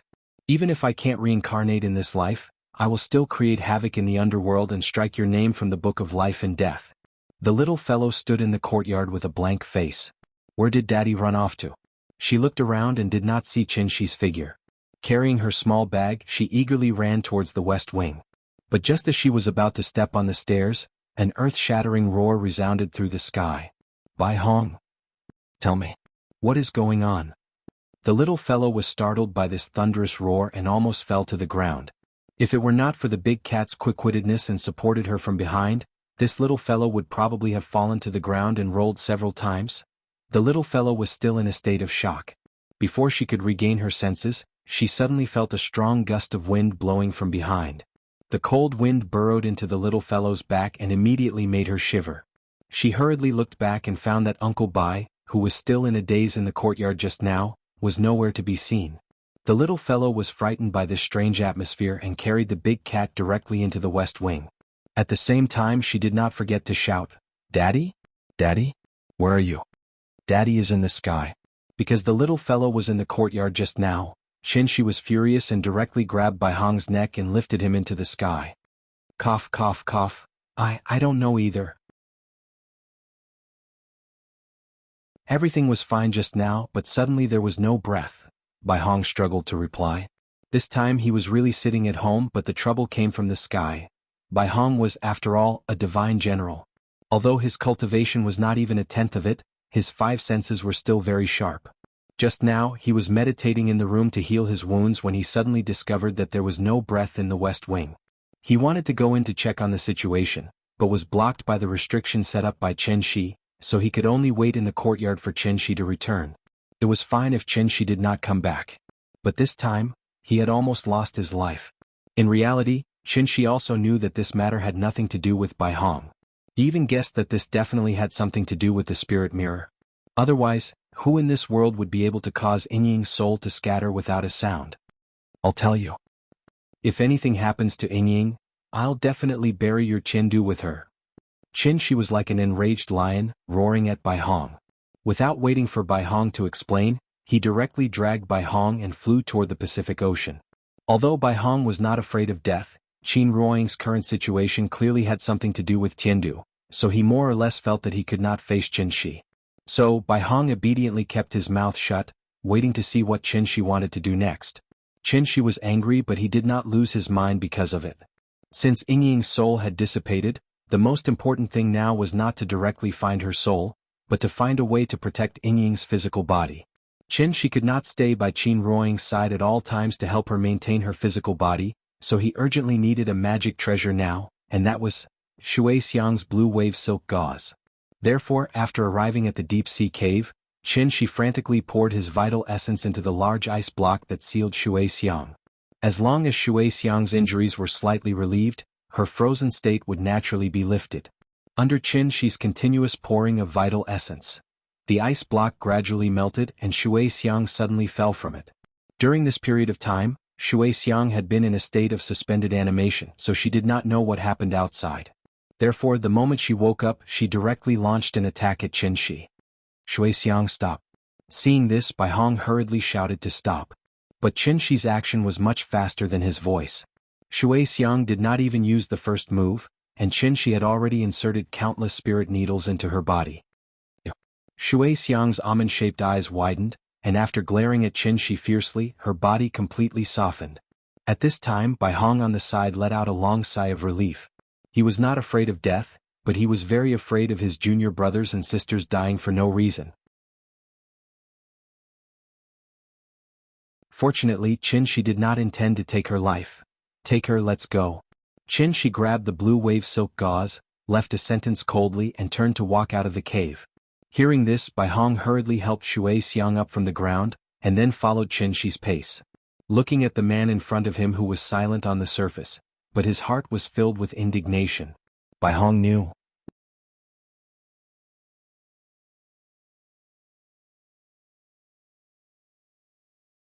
Chapter 408.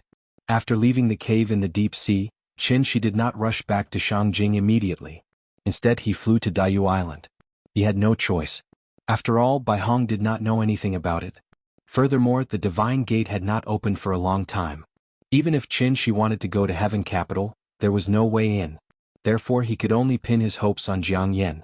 He wanted to see if he could find a better solution from Jiang Yan. Therefore Qin Shi led by Hong and Shui Xiang straight to Daiyu Island. As soon as they got close to Daiyu Island, Qin Shi suddenly realized that Daiyu Island's mountain guarding formation had become stronger. Previously this heavenly dipper array was simply dispensable. Even Wuxia could easily break it, let alone him. After not being here for a while, this formation had been strengthened by 3 layers inside and 3 layers outside. Even if Qin Shi wanted to break the formation, he would have to spend a long time outside. Seeing this, Qin Shi suddenly had a guess in her heart. Jiang Yan was probably afraid of Wuxia. That was why he strengthened the mountain guarding formation to prevent the same tragedy from happening again. Out of politeness, Qin Shi did not choose to break the formation by force. Instead, he waited patiently outside.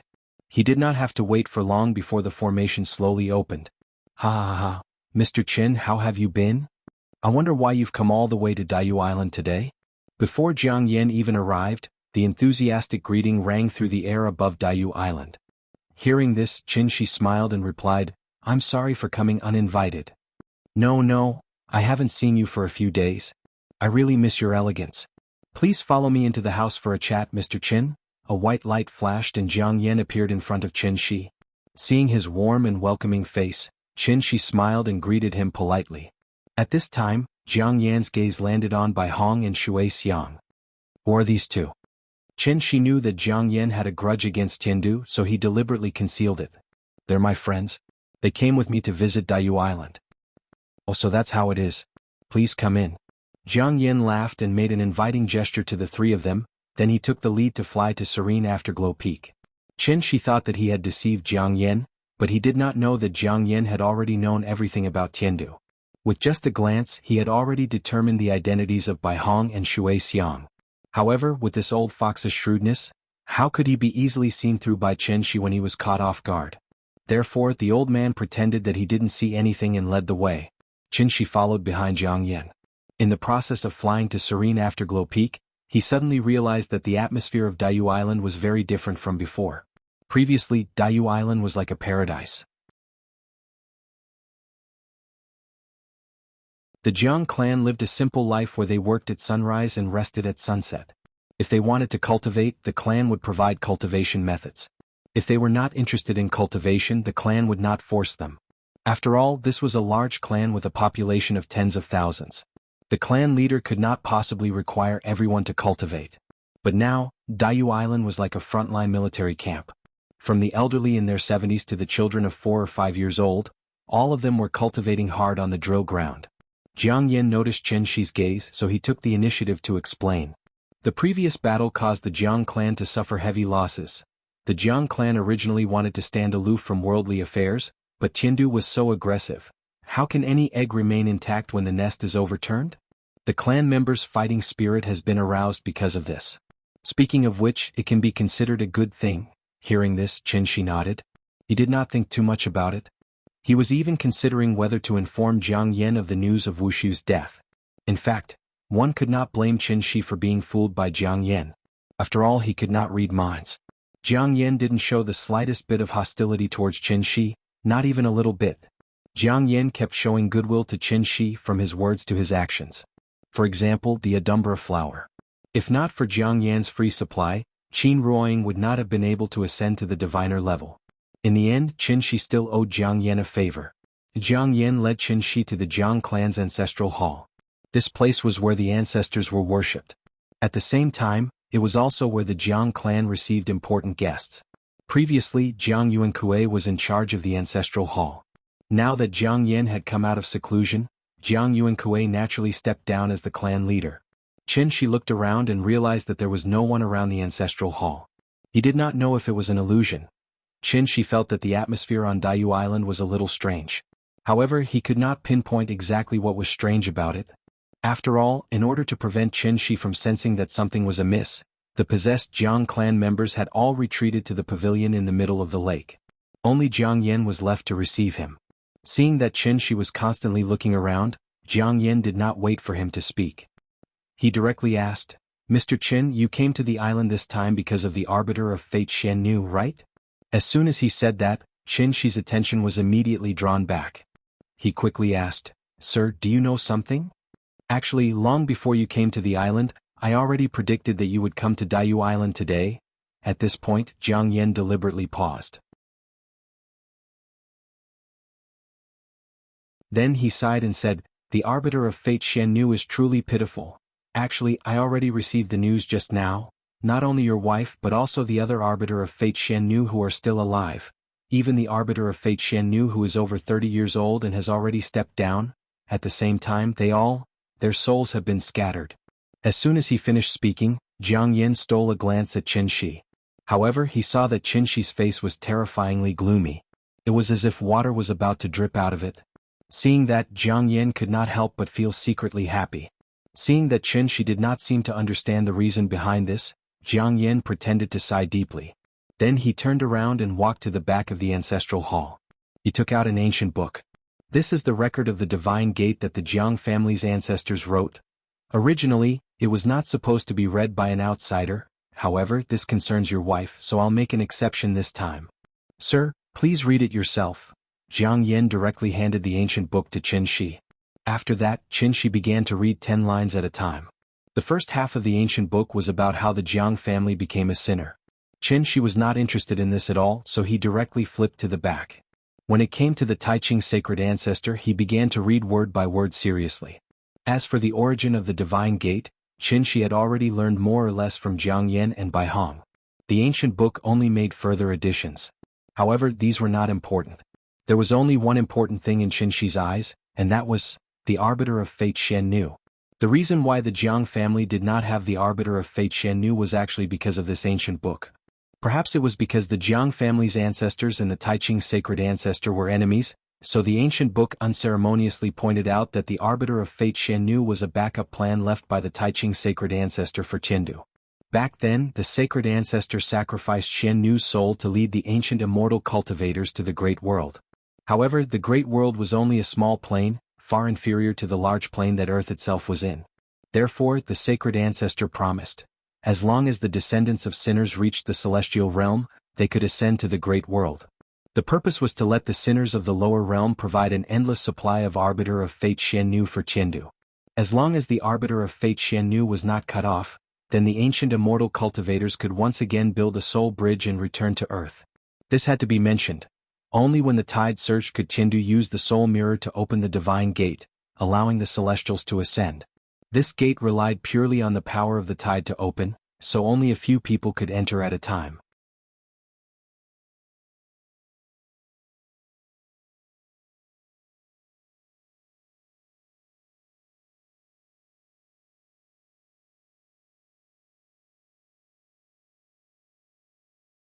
One had to know that although Qin Shi did not waste much time on the road, but this time he was looking for Shui Xiang and Jiang Yen, so Qin Shi wasted more than an hour.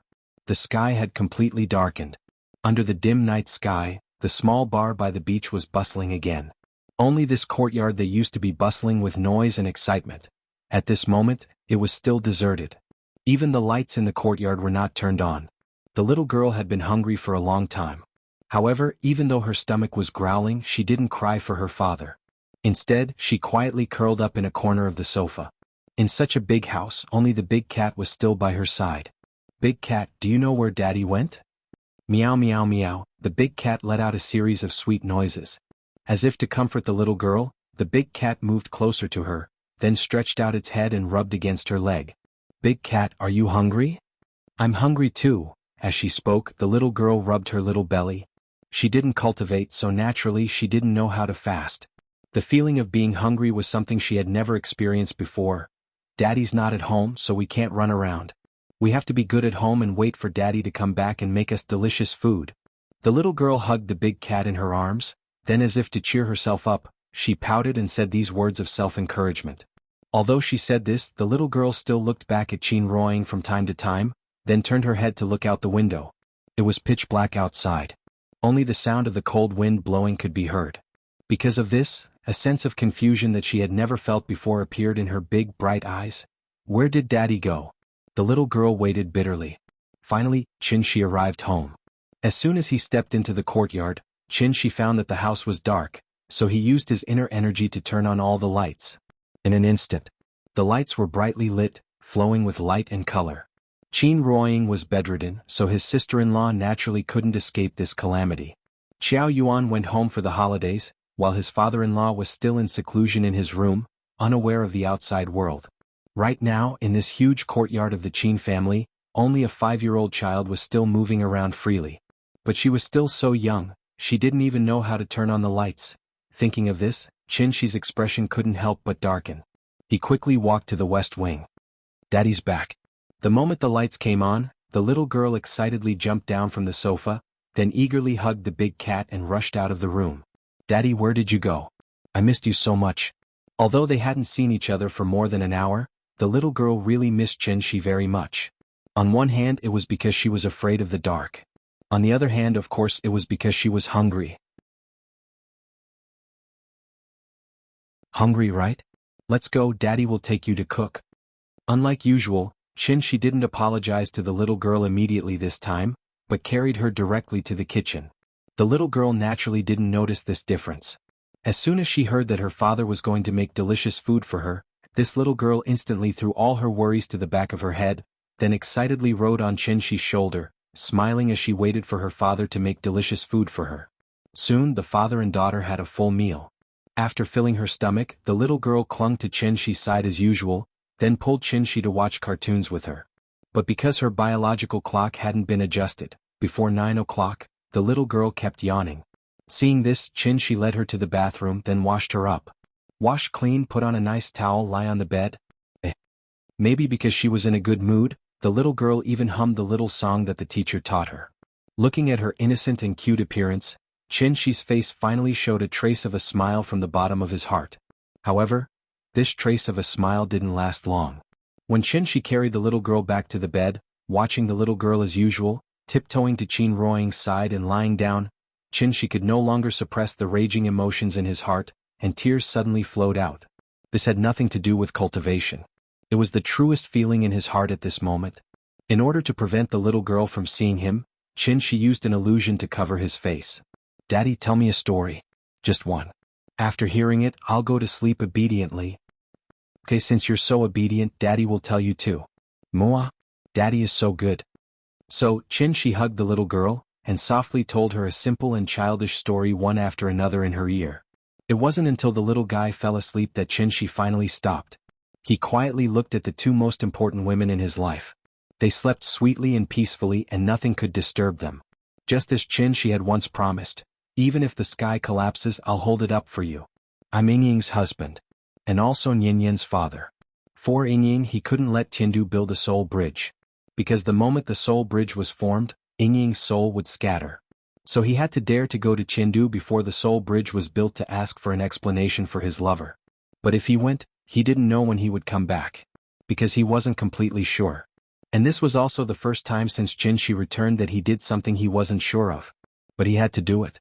Qin Shi wouldn't leave quietly, so he had to accompany Nianyan for a night, and tell her everything tomorrow. In order to save Mommy, Daddy had to leave temporarily for a while. Nianyan, wait for me.